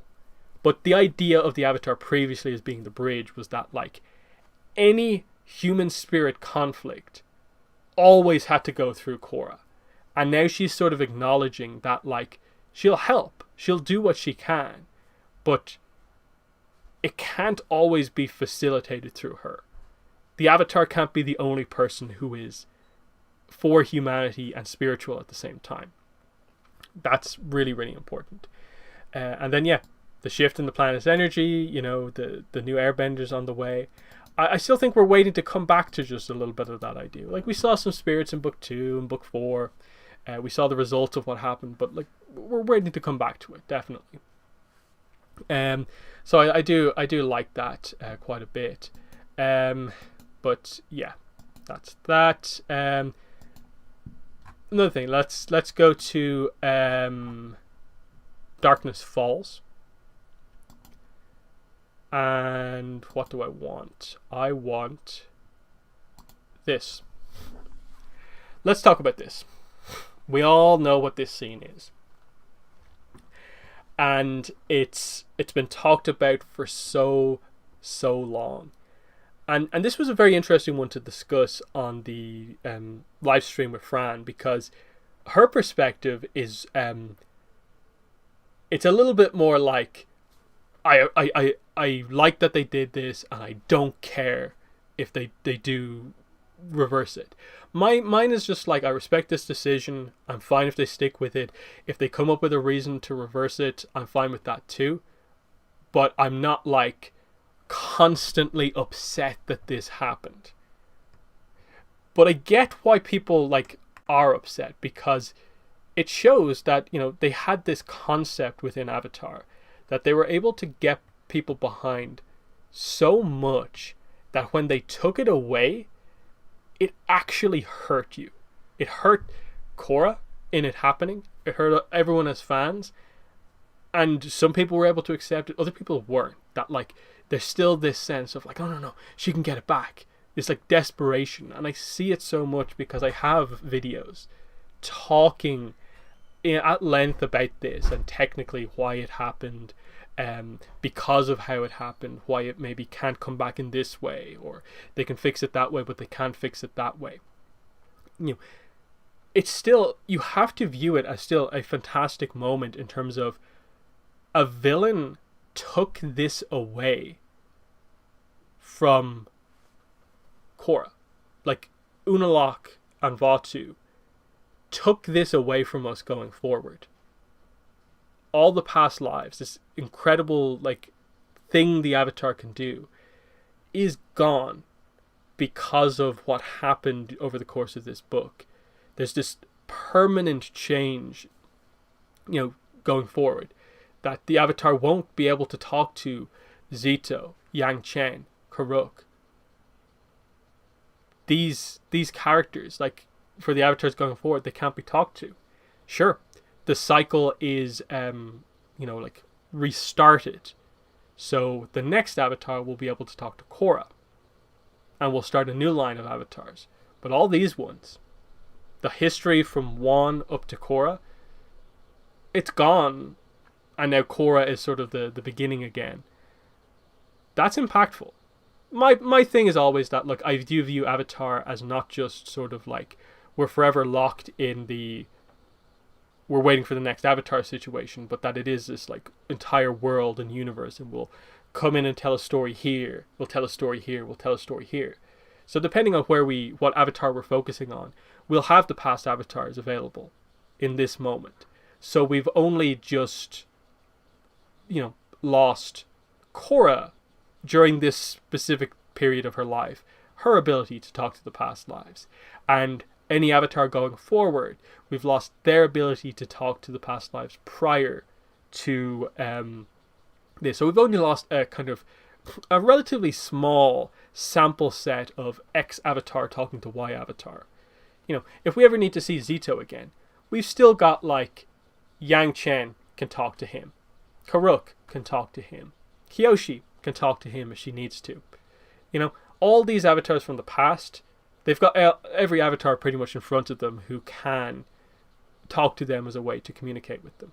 Yes, it's unfortunate that, we maybe didn't get as many scenes with, say, like Aang getting a chance to be a mentor to, a Korra, or an Avatar far in the future getting to view Aang as being a more, like, Avatar way in the past. And that's disappointing. But it's still a major point in the history of Avatar that Korra was able to sort of make things come back from near complete darkness and restore the Avatar at all in any way. But yeah, let's see. I think Korra just lost direct connection to the past lives, but all the Avatar spirits do still exist somewhere. Okay, so let's have this discussion here as maybe one of the last things we discuss. And this, I suppose, like the chat should probably get involved in this one as well. When an Avatar talks to a past life, what are they talking to? And obviously the answer is not just, well, it's the past life. What I mean by that is, are they talking to Rava projecting basically the memories of that Avatar through her? So it's a Rava powered, like, basically projection of that person is who the current Avatar is talking to. Or are they literally talking to the spirit of that Avatar, and Rava really isn't involved? That's the real question here when it comes to, is there a way to fix it or not? It's how that, when you talk to a past Avatar, how it's facilitated. I think a few key points to note are, we've never seen an Avatar talk to two past Avatars at the same time. It's always one at a time, and now we know that it's sort of this chain situation. If you want to talk to an Avatar 5 Avatars back, you basically have to be able to communicate with this Avatar, this Avatar, this Avatar, and this Avatar before you can get to this one. If you hate that third Avatar, you have to communicate with them first before you get back to this one. That you can have no blockage basically on the chain for that to happen. Now, there's a few scenes that we have to bring up here. One is obviously, I think it's Escape from the Spirit World, when Aang sees Karuk. Karuk is in the spirit world and he is hunting Ko, still trying to like get Umi back. And the question is obviously, how does this, work? How is Karuk acting like he's like alive again in this situation? Like, if it's kind of Rava projecting them, Or, you know, if it is just their spirit, how does that work? One question, obviously, is that there's one spirit of the avatar. It's one spirit reincarnated. So, Korra's spirit is one spirit. So, if they are all separate spirits, how does it make any sense that effectively just the avatar has this multiple spirit type situation?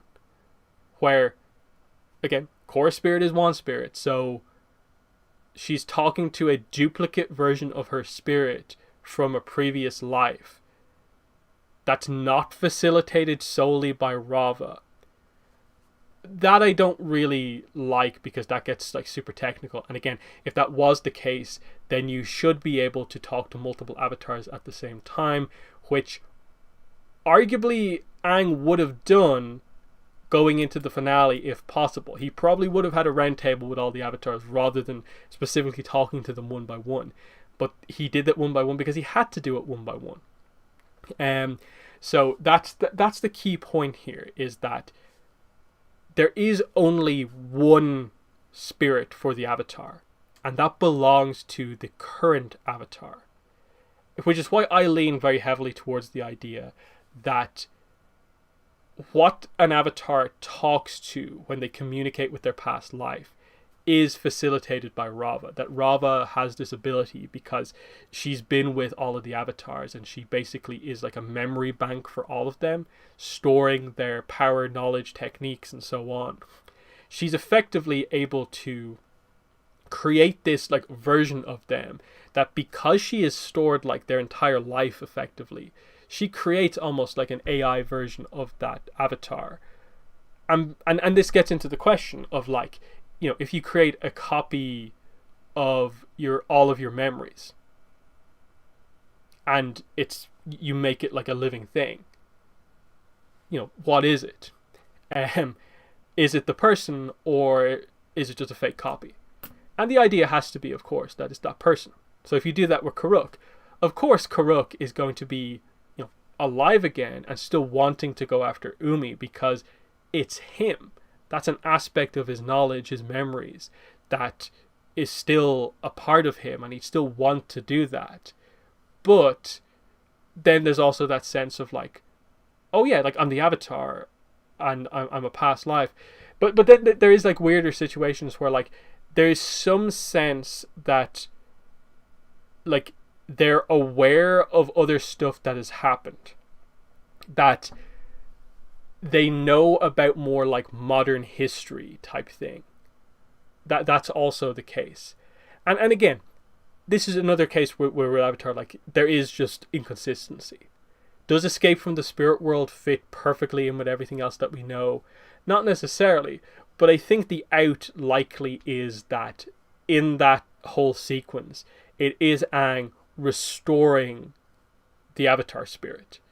It's been damaged after the attack by Azula, and so it's not working like perfectly, and so he has to go through this sort of like journey to just sort of reconnect the sections that have been damaged. That like, okay, Roku's the easiest connection to make. Done. Now we go back to here, and here, and here, and that fixes it. Like, he still goes through them one at a time, in sort of order of easiness. Let's see, there's been a few comments about this. Third option would be that Rava acts as a channel to previous Avatar spirits. Again,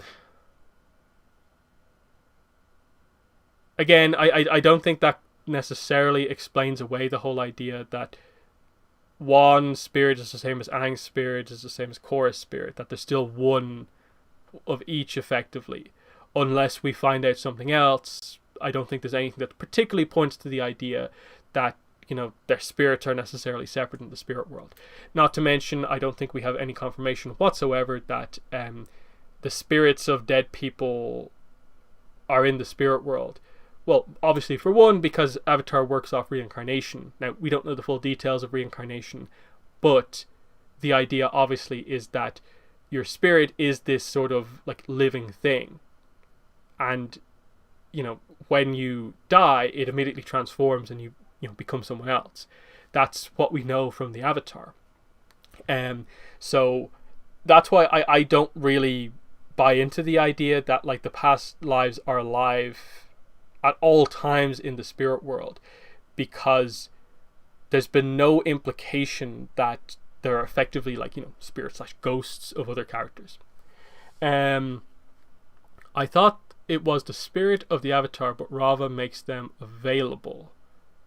While I don't know if the spirit is summoned from where they are in the spirit world or some other means.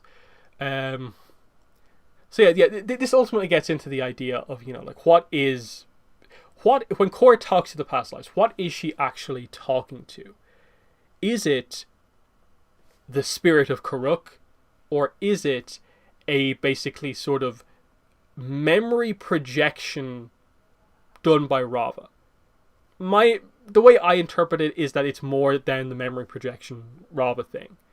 That the way the Avatar state works, as talked about by Roku, is that you're fully connected to Rava, so you have access to basically everything she's experienced, which is everything that the past lives have experienced. That is when you're at your most powerful, and you're able to channel the power's knowledge of Zito, the power's knowledge of Yang Chen through you. Because it's Rava who has stored aspects of those avatars within herself. Those characters are long gone, but there's a connection to them, to the past lives, for the current avatar because of Rava. Because again, Korra is currently the spirit of the person who is the avatar. That's the thing. We all know that Korra has a spirit regardless of Rava, so the spirit is still there. So it's a matter of questioning if the spirit of the human / old avatar is becoming spirit. Like I said above, there was that Aang Tenzin scene, and the fact that Aang gave Karuk new information means that it connects to the real spirit, not Rava's portrayal of them. Is Tenzin talking to Aang similar, or just an illusion? Okay, so the Tenzin scene, I suppose we'll never properly have an answer, but note the timing of the scene is that it does happen prior to Korra losing the past lives. I think if we go through it here. So here's the scene where she goes through her past life. The past lives are lost, and then like literally, like 2 scenes before this is when the Aang scene happens. And because again, there's lots of spiritual stuff happening. We're harmonic convergence is happening at this point in time. Everything spiritual is amplified, and at this point, what is Korra doing exactly at this point? So she's in the fight with Unalaq, like, because she's not directly communicating with any past life here. Like, sure, she's using the avatar state and stuff like that. The question here is really like, do you view what happens to Tenzin as being, he has a moment in the Fog of Lost Souls where he talks to a version of his father that basically comes from his own memories? Or is it this all the past lives of the avatars do have separate spirits in the spirit world, and he talks to that? Or is it because the avatar is basically in the avatar state, super spiritual event, Tenzin has a connection to one of the past lives, the connection through Rava is this Aang that Tenzin is talking to? I think you can make a case for any of them in that sense.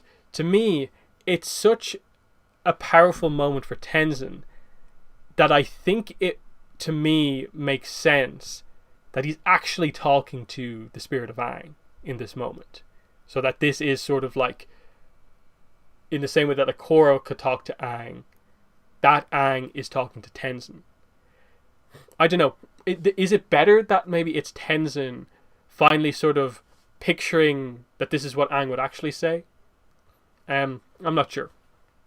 So there's that.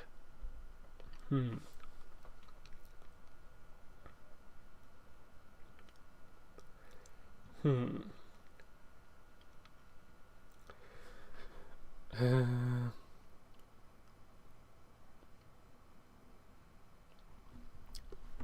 hmm. Um, Again, going back to the memory projection thing. Again, this is this idea of like it's all these like weird situations of like how many situations is the avatar like aware, and how many situations is the avatar unaware. Like, because I'm okay with basically saying that like Escape from the Spirit World is much more sort of like shaky than like other things. That like it and the whole Karuk thing, and he's talking about Umi like he's really alive, is kind of like a bit of a kind of weird moment. Um, I'm fine with accepting the idea that most of the time, when they communicate with one of the past lives, they do come in and are aware of what is going on. That it's still like them, and fundamentally they're only really able to give their perspective from their era. But they're aware that they're talking to an avatar from a different era. And that they're aware enough that like they roughly sort of know what spot in the cycle that avatar is at. It's a really weird one, because it gets into this idea of, you know, the reincarnation stuff, and like that effectively within the avatar universe, the avatar is the only person who like specifically knows about their previous reincarnations. And this idea that Rava connects all of the reincarnations together, which no one else is capable of. And what does that like mean in that like stuff that this character experienced is effectively stuff that this character experienced, because they are the same spirit. And it just gets very like confusing and like all over the place and stuff like that. And it's a weird one in that like I'm ultimately okay with just accepting that there are a few sort of situations where they portrayed the avatar as not being aware of sort of more present events, and that's a little flawed in the way that they did that. That wasn't quite like right and on like tune effectively. I still think the idea of it being sort of a sort of memory projection from Rava is more of the idea that is actually is, because I don't really think there's that much of a way to counter the idea that there shouldn't be a way for there to be multiple versions of the same spirit, because it's reincarnation, which also sort of helps to explain the idea of like there's no, I guess, no afterlife as such in the avatar world, because you are just reborn. And there's the connection between the spirit world and the physical world, where like if you want to, you can become a spirit. If a spirit wants to, they can choose to become mortal, that sort of thing. It's just very complicated, really, really complicated when you really get down to it. That we'll probably never like really kind of know. In that like the Kyoshi books obviously cover like the various different ways that, you know, it can work, and like a past life can like take over the avatar's body. That's a method that can happen, and so on. Like there's all of these kind of you know, situations of like what's going on there. But ultimately the idea is that, you know, like what is the avatar state, like the defense mechanism avatar state, is effectively like it's Rava taking over control, but it's like Rava influenced by like the combined consciousness of all past avatars. That's why there's this sort of like booming voice and stuff like that, because it's sort of this like average of every avatar of like justice or whatever. And it's a really like complicated when you get into that kind of level of detail. But yeah, there's that. You know, sure, I wish we had answers to this, but I'm ultimately fine like accepting that, like, in my mind, this is sort of like the same Aang that Korra would have talked to, because in that sense, then it's Tenzin actually talks to Aang, and it has a profound impact on him as a character, which allows him to do what he does. Whereas if it's just sort of in Tenzin's head, it maybe takes a little bit away that it's just, it was all just him kind of figuring it out. So there's that. I suppose I didn't really end up talking too much about Unalaq or anything like that, but I guess just like very, very quickly on Unalaq. I talked at the start about how I appreciated like his manipulation and stuff like that more towards the start of the book. But even towards the end, I think a lot of people end up in this weird situation where they're more critical of Unalaq than any of the other villains. Even though all of the villains in Korra have the same kind of general arc of a character, of like, they all come in, they all have an ideal that you can get behind to a certain degree. And then by the end of the book, they all are on a more extreme version of that ideal that you don't agree with and you want them to get taken down. And then the idea is that in reflection, Korra realizes the value in aspects of what the villain was saying, but not everything that they were saying. And it's weird that people focus in really heavily on Unalaq, that like, oh, Unalaq was super crazy, that like he wanted the world to be, you know, all for the spirits, and that he wanted Vatu to take over. Like, I can't believe anyone would want 10,000 years of darkness. But it's like, it's the same with like Kuvira, that like it was good that, you know, she stepped up when no one else would, to try and fix things in the Earth Kingdom after Book 3. But we obviously don't agree with like the re-education camps, the spirit like nuclear weapon, and you know, trying to take back, you know, United Republic for the Earth Kingdom and stuff like that. You know, that's her going off the rails. With Amon, we agree with the idea of there should be equality between benders and non-benders. Do we agree with the idea that all benders should be rounded up and get their bending taken away, like one after the other? No. And then it's the same with the Red Lotus. Like, freedom is good. You know, the idea that leaders, I guess, should be better.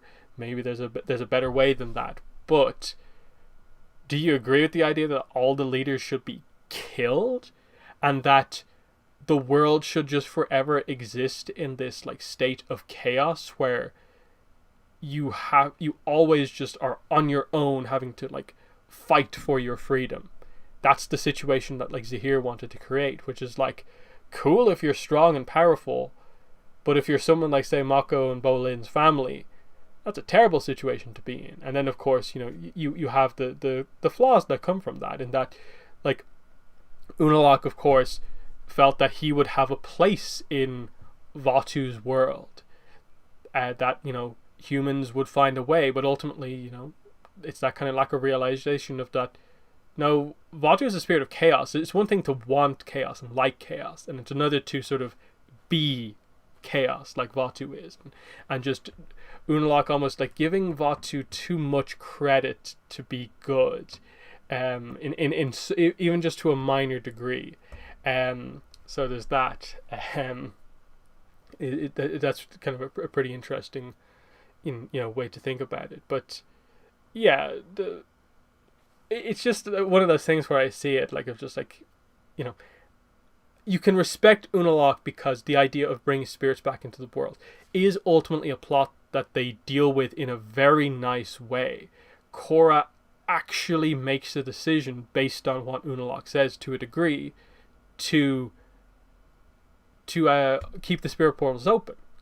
And to me, that makes his arc and his influence on Korra very powerful, more so than a lot of the other villains. So there's that. And I think that's the thing. Unalaq has a lot of connections to other characters, more so than I think a lot of the other villains do, in that even in book 1, Amon has this cool connection to like Yukon, like his own family, and that reveal when it comes out is really good. His dynamic with Korra is kind of interesting because she is afraid of him for a certain part of that book, and he represents, you know, he's the guy who could take her bending away. That's scary for Korra, who at that point really defines herself by her bending. So in that sense, he's like the perfect opening villain for her, of just like someone who would frighten someone who is typically not frightened by that sort of things. Unalaq, bring the spirits back, is actually like he helps Korra to become better, and then really by the end sort of really challenges her on the idea of like, are you just going to go back to the way things were? Are you just going to forever, rely on those who came before us, or are you actually going to make a decision on your own as the Avatar? And ultimately that hit home enough to where she did make a decision on her own. She stopped, Amon taking everyone's bending away. She gave it back to most people. She stopped Unalaq from 10,000 years of darkness. With Zahir, it's a weird situation where she doesn't really have much of a dynamic with Zahir, because you wait until episode 9 of book 3 for them to talk. He reveals what he's about. Korra disagrees basically with all of it, with the only real insight into her in any way agreeing is just the idea of like, well, I know some of the world leaders aren't great, but I don't agree with killing them. So it's like I'll give you a tiny bit, but no. And that's maybe just the problem with the Red Lotus, is that they maybe go for the extreme too early in the book before they even give you any sense of the more kind of neutral version of what they're about to do, planning to do. And then Kuvira, it's this really weird one where they save the arc for Kuvira right at the end with the whole orphan reveal and stuff like that, but it's so last minute that it just barely comes together right at the end.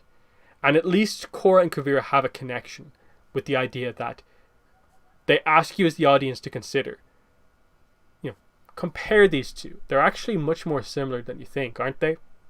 At least there's that. And I think that's the main dynamic. That just, unfortunately, with book 3, her dynamic with Zahir isn't great. But the scene she has with him in book 4 is the best scene of Korra and Zahir. But it's well after his defeat, when he's not really the villain anymore. But that's kind of just interesting. And that, like, book 3 creates the dynamic that actually makes them interesting. Otherwise, Zahir is just a person who's out to kill, out to hurt Korra. And that's what he becomes. So yeah, that's more or less what I want to say about book 3. So I guess this is sort of just the final call for, like, are there any specific things about book 2 that you guys want me to talk about before I end the stream?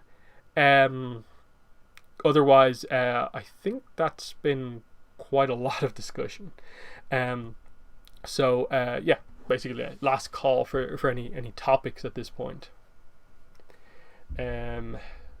So yeah, I guess I can start to close down some of these tabs.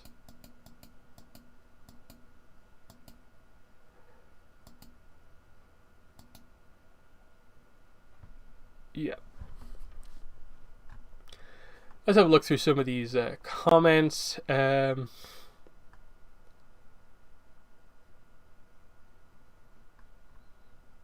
sure what that reference is to. But yeah, we're in an interesting spot, I suppose, at this point, just in general for Avatar, where we're waiting for a lot of things to happen. Like I said, we're still like 6 weeks away from Suki Alone, which is, it's going to be a tough 6 weeks to get through, but hopefully the book will deliver when it comes out. But by the time we get there, we'll have had a few things happen, in that the Avatar Braving the Elements podcast is coming out in 10 days to the first episode. That should be pretty exciting. Comic-Con, it's hard to judge if there will be anything at Comic-Con or not, but hopefully, I'd like to hope that they do deliver on something that will be really, really important. So let's see this question. Do spirits have the ability to bend sound, light, and thought? So I'm guessing the specifics there is that humans, physical beings, can bend based on the 4 other chakras, which are fire, earth, air, water. And so those 3 don't have a bending element associated with them, so perhaps that's what spirits do. I guess the chakra connection. Otherwise, it's just do spirits have the ability to bend sound? No, because bending is a physical art in the sense of like it's bending is like having your chi, which is physical energy, connecting to a physical element and manipulating it. That is bending. So spirits, I don't think have the ability to like bend anything in that sense. Do they have any like control over sound? I don't necessarily think so.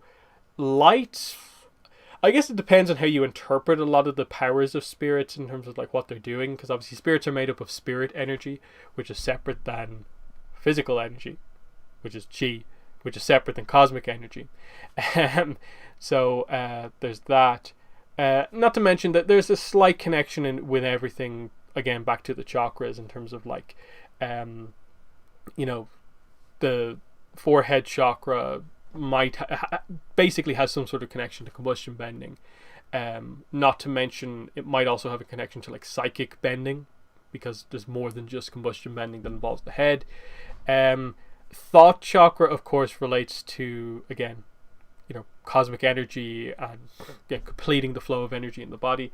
Sound is obviously the weird one in that we haven't had anything that directly really relates to that, so that's going to be kind of cool.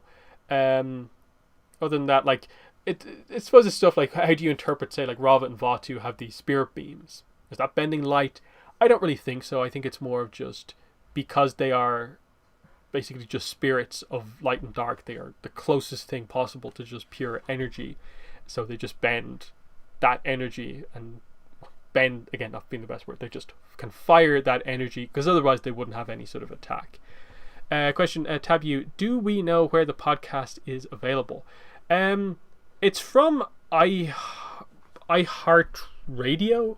That was like the press release, and I know that is some sort of like podcast network type thing. I'm guessing it probably will just be available on most podcast feeds. Like you'll be able to get it on like what's it, Apple Podcast, iTunes, whatever podcatcher you have, you'll be able to get it, or just download it directly from whatever website as like a MP3.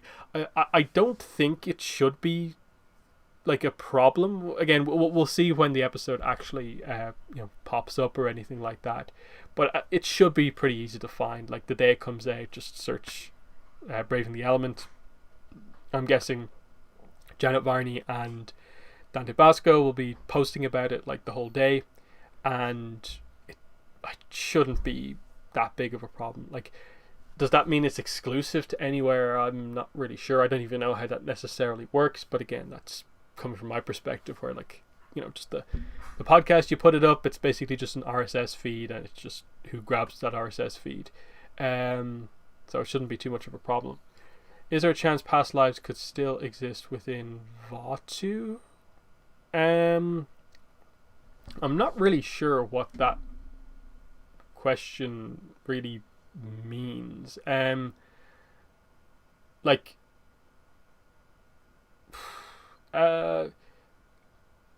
you mean about like the dark avatar cycle, because I suppose technically Unavatu is the dark avatar state, Korra defeating Unavatu in that mode is effectively her breaking the dark avatar cycle.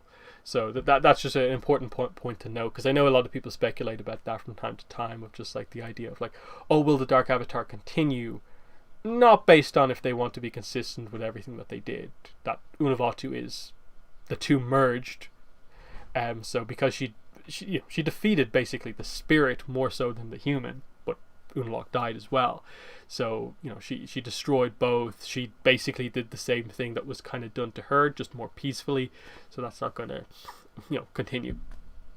I have a theory that because the Line Turtles put power into one of the chakra pools, there are 3 other chakra pools, also spirits highly respect Line Turtles. Maybe there's a connection.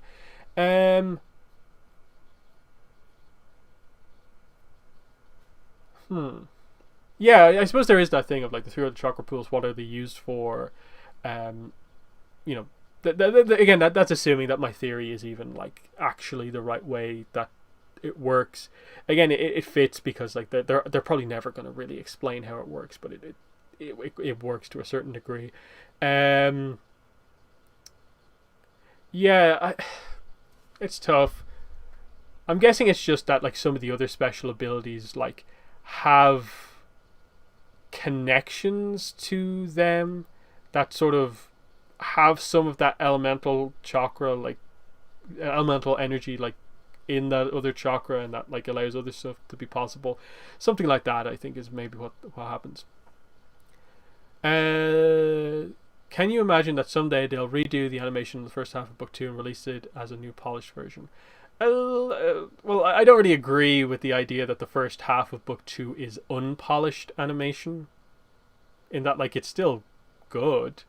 It's not Studio Mir, but like, it is what like it is, and like Studio Pierrot, I think, still did a really good job with the episodes that they did, and I don't think they did like a bad enough job to where there is a need to reanimate all of that stuff.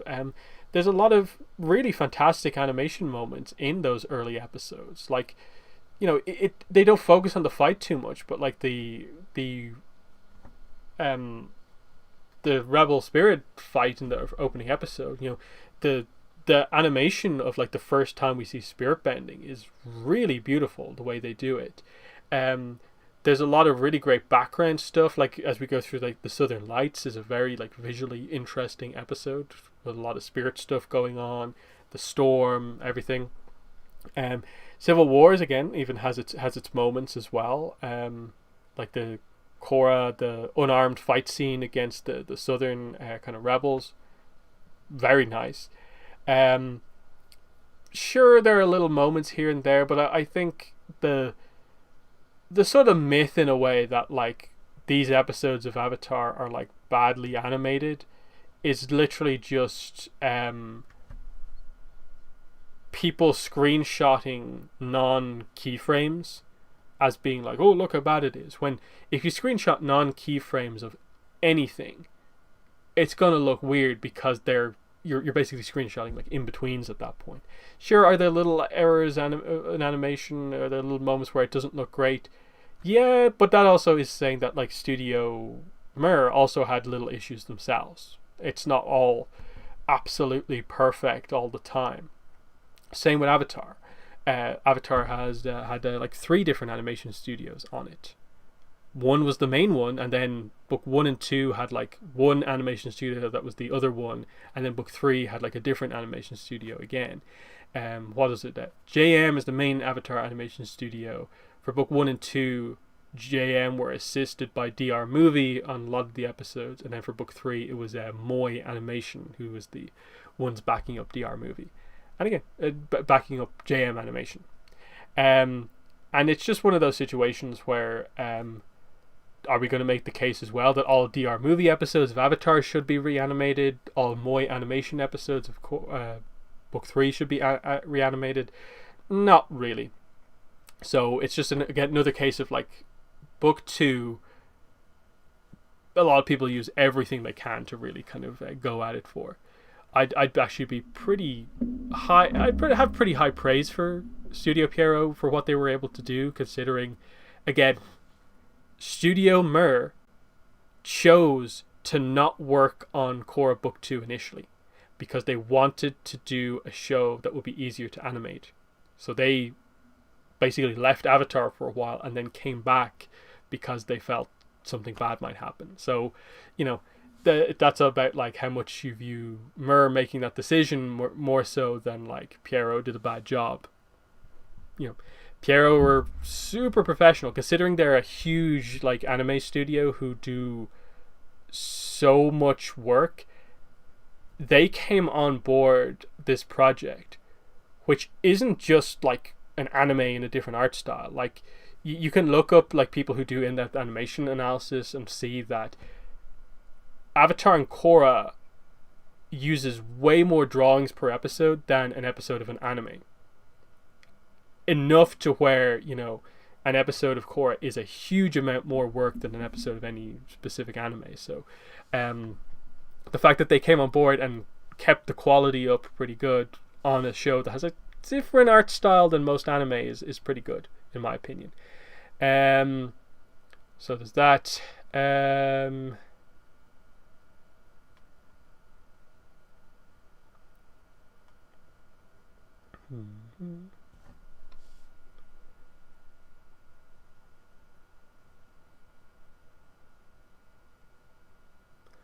okay, so I guess that's kind of an interesting question. Last time bringing this up, but if the past avatars are a projection, how do you explain Juan telling Korra his backstory before Rava came into the picture? Well, look, this gets into this very interesting idea of, like,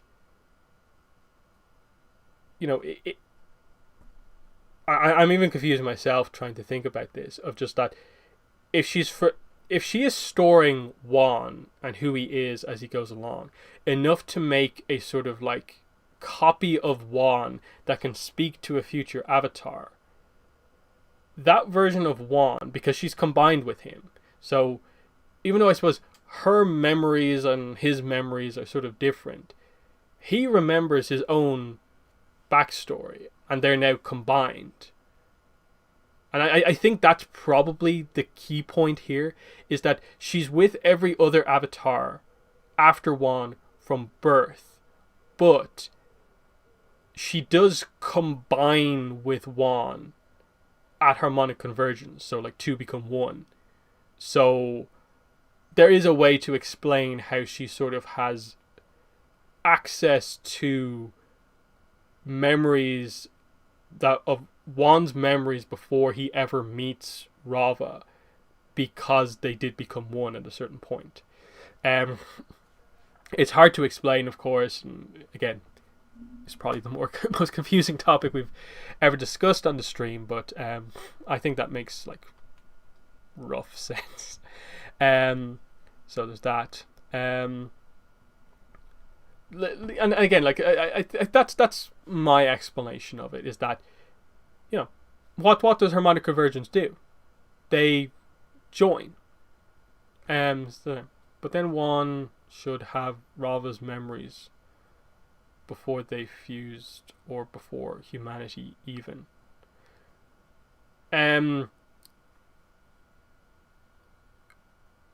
What's being projected is Juan, not the two of them like as one. Like this gets into the idea of like Korra at this point. Can't she ask Rava about, like, tell me about the history of humans, like, early? Like, I think like that's a nice kind of question to kind of go even further, but it's like Korra wasn't asking that, and like we don't know that like that information can't be got from talking to one of the past lives, in the sense of like, but then one should have had, well, do we know they didn't? You know, that sort of a thing. So it just gets into this like really awkward situation of like, what?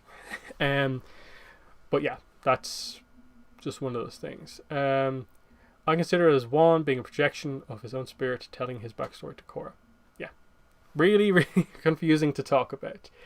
But yeah, it's just that idea of like, if you view it as being any other avatar, Rava basically just has like effectively video of that entire avatar's life, because she's with them from birth. The difference with Juan is that she like combines with him at this point, so there's certain parts of his life that she doesn't know about, but she's then with him from all of this point on, where she is merged with him. The memories that she didn't know before, she's now merged with the person who has those memories. And, you know, we don't know the specifics of how sort of, you know, Rava as a, you know, data stick type thing actually takes in the memories. But that's the analogy like you have to use for Rava, and like what the whole situation is surrounding. She is destroyed, so she loses all the data, but the data stick itself still exists. It's just everything that was on it is gone, and now it comes back. You know, it's and now it's starting all over again. but the data stick still has the same abilities of the data stick that it did before, you know, that sort of thing. But that's the complex situation surrounding Avatar and Avatar spirit stuff. And the way I do view it is just that I think the Kyoshi novels, the way they explained the different ways of communication, was probably the most succinct kind of explanation that we've had before.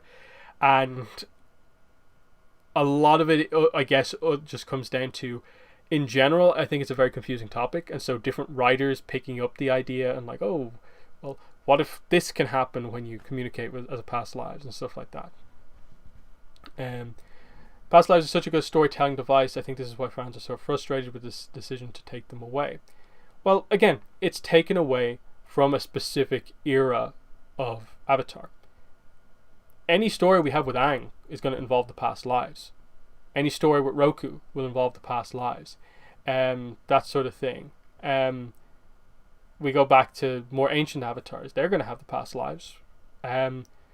Even going forward, we'll still have them. The storytelling device is still there.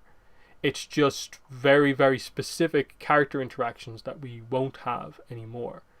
But the fact that we do have this grouping here and this interesting situation of like, oh, some avatars in modern day having to deal with the fact that like they don't have all this knowledge from before, but they know that there's been all these past avatars. And it's especially Korra being the avatar who's had interaction with past avatars to a certain degree but doesn't have it anymore.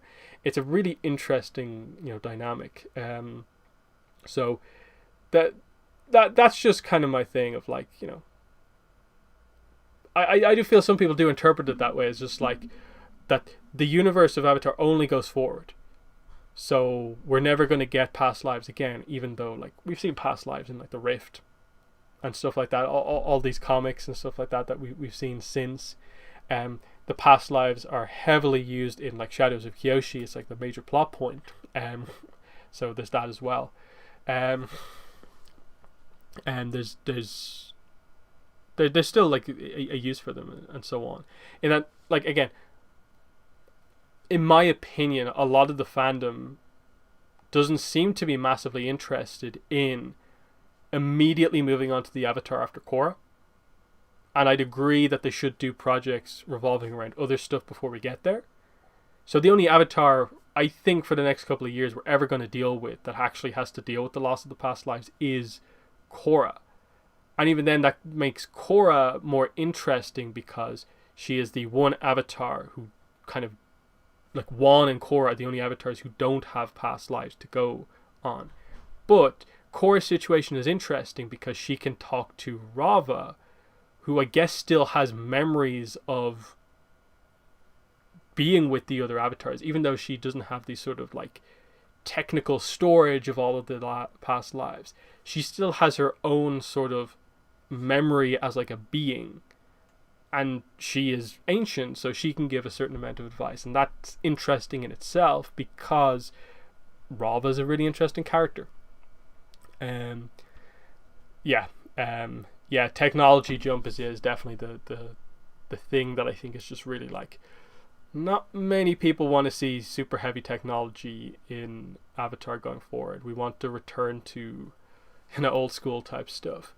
And I think that's what they will do. I think they'll have to do, some past content, and the success of Kyoshi definitely highlights that. So we're going to get something along those lines. But I think that's going to be the stream. The book 2 discussion probably didn't go the way I expected it to go, but again, it was just meant to be a sort of like add-on about a few points to add on to the discussion that I did with Fran from before. So I'll just link that in chat again for anyone who wants to check it out.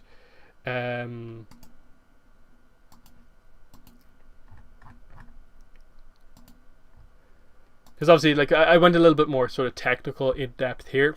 If you want more just focus on some of like the big points from book 2, again discussing it with someone else, here is the. Yeah, that's fine. Here is the link to that.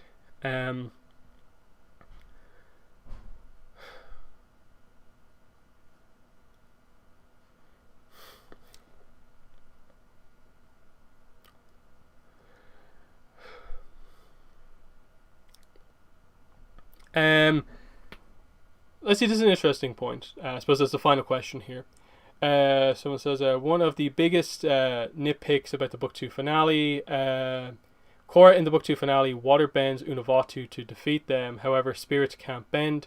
The only explanation to this is that Korra bent the water spiral around Unavatu all the way from the spirit world.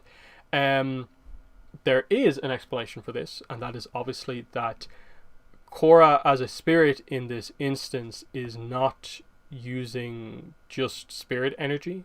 This is her having connected to cosmic energy, which we know is associated with the power for the avatar state.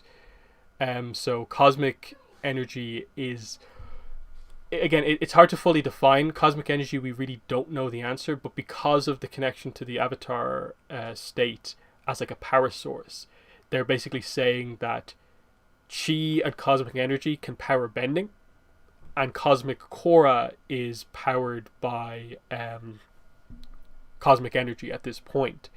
And then I'm guessing because of harmonic convergence and the fact that she's channeling cosmic energy through the Tree of Time, during harmonic convergence, it's like all of the most powerful things in the entire show's like universe stacked on top of each other allows for the idea of, you know, a empowered spirit bending as well. So that's always been my explanation, is just that you have physical energy as the power source for bending, and you know, the body, physical body. You have spirit energy, which is just, you know, I suppose what spirits are made of. And then cosmic energy is sort of like in the middle, and it's like a sort of transition kind of energy between both of them, where I'm guessing it's like it's more powerful than either and both of them, I suppose. But it's a mix between the two. So it allows for that sort of transition of like you don't have all of the requirements for bending to work from a physical point of view. And it kind of breaks through that. So again, it's a little like messy, I suppose, in terms of an explanation, again, because like, you know, cosmic energy is a thing. They've mentioned it multiple times, but they haven't really said what it is. But there's enough of a connection just with the idea of like, oh, well, if this energy can work for the avatar state, why can't it work, you know, over here? And you know, again, the really unique set of circumstances for Korra. Harmonic convergence, sitting in the Tree of Time, and so on. You get sort of how it works. Which, you know, it's one of those situations where, again, I think that's slightly different than just, you know, Aang's spirit in the physical world just trying to bend. Whereas, like, this is like, there's so much power kind of coming through. Because, again, like, you know, even normal bending, there's just like invisible energy thing from inside your body to the element. And this is this idea of like this energy coming in to Korra. It still goes through her body, I suppose, and is then projected out to her spirit or something like that. Because again, the power is coming in through the Tree of Time into her. And, yeah, complicated. So yeah, that's the stream basically. So thanks everyone for joining in. Will I do a stream next week? I'm not sure. As usual, I never really have a topic. And I always find it hard to come up with topics because there's not a lot going on, particularly right now. It worked out nicely this time out that we had the preview pages and stuff like that. Yeah, there's one of those things. Probably will have a podcast because I probably do want to discuss the preview pages with Greg, and I'm guessing there'll be some news maybe next week. We'll see. So yeah, that's been the stream. Thanks for watching, and bye.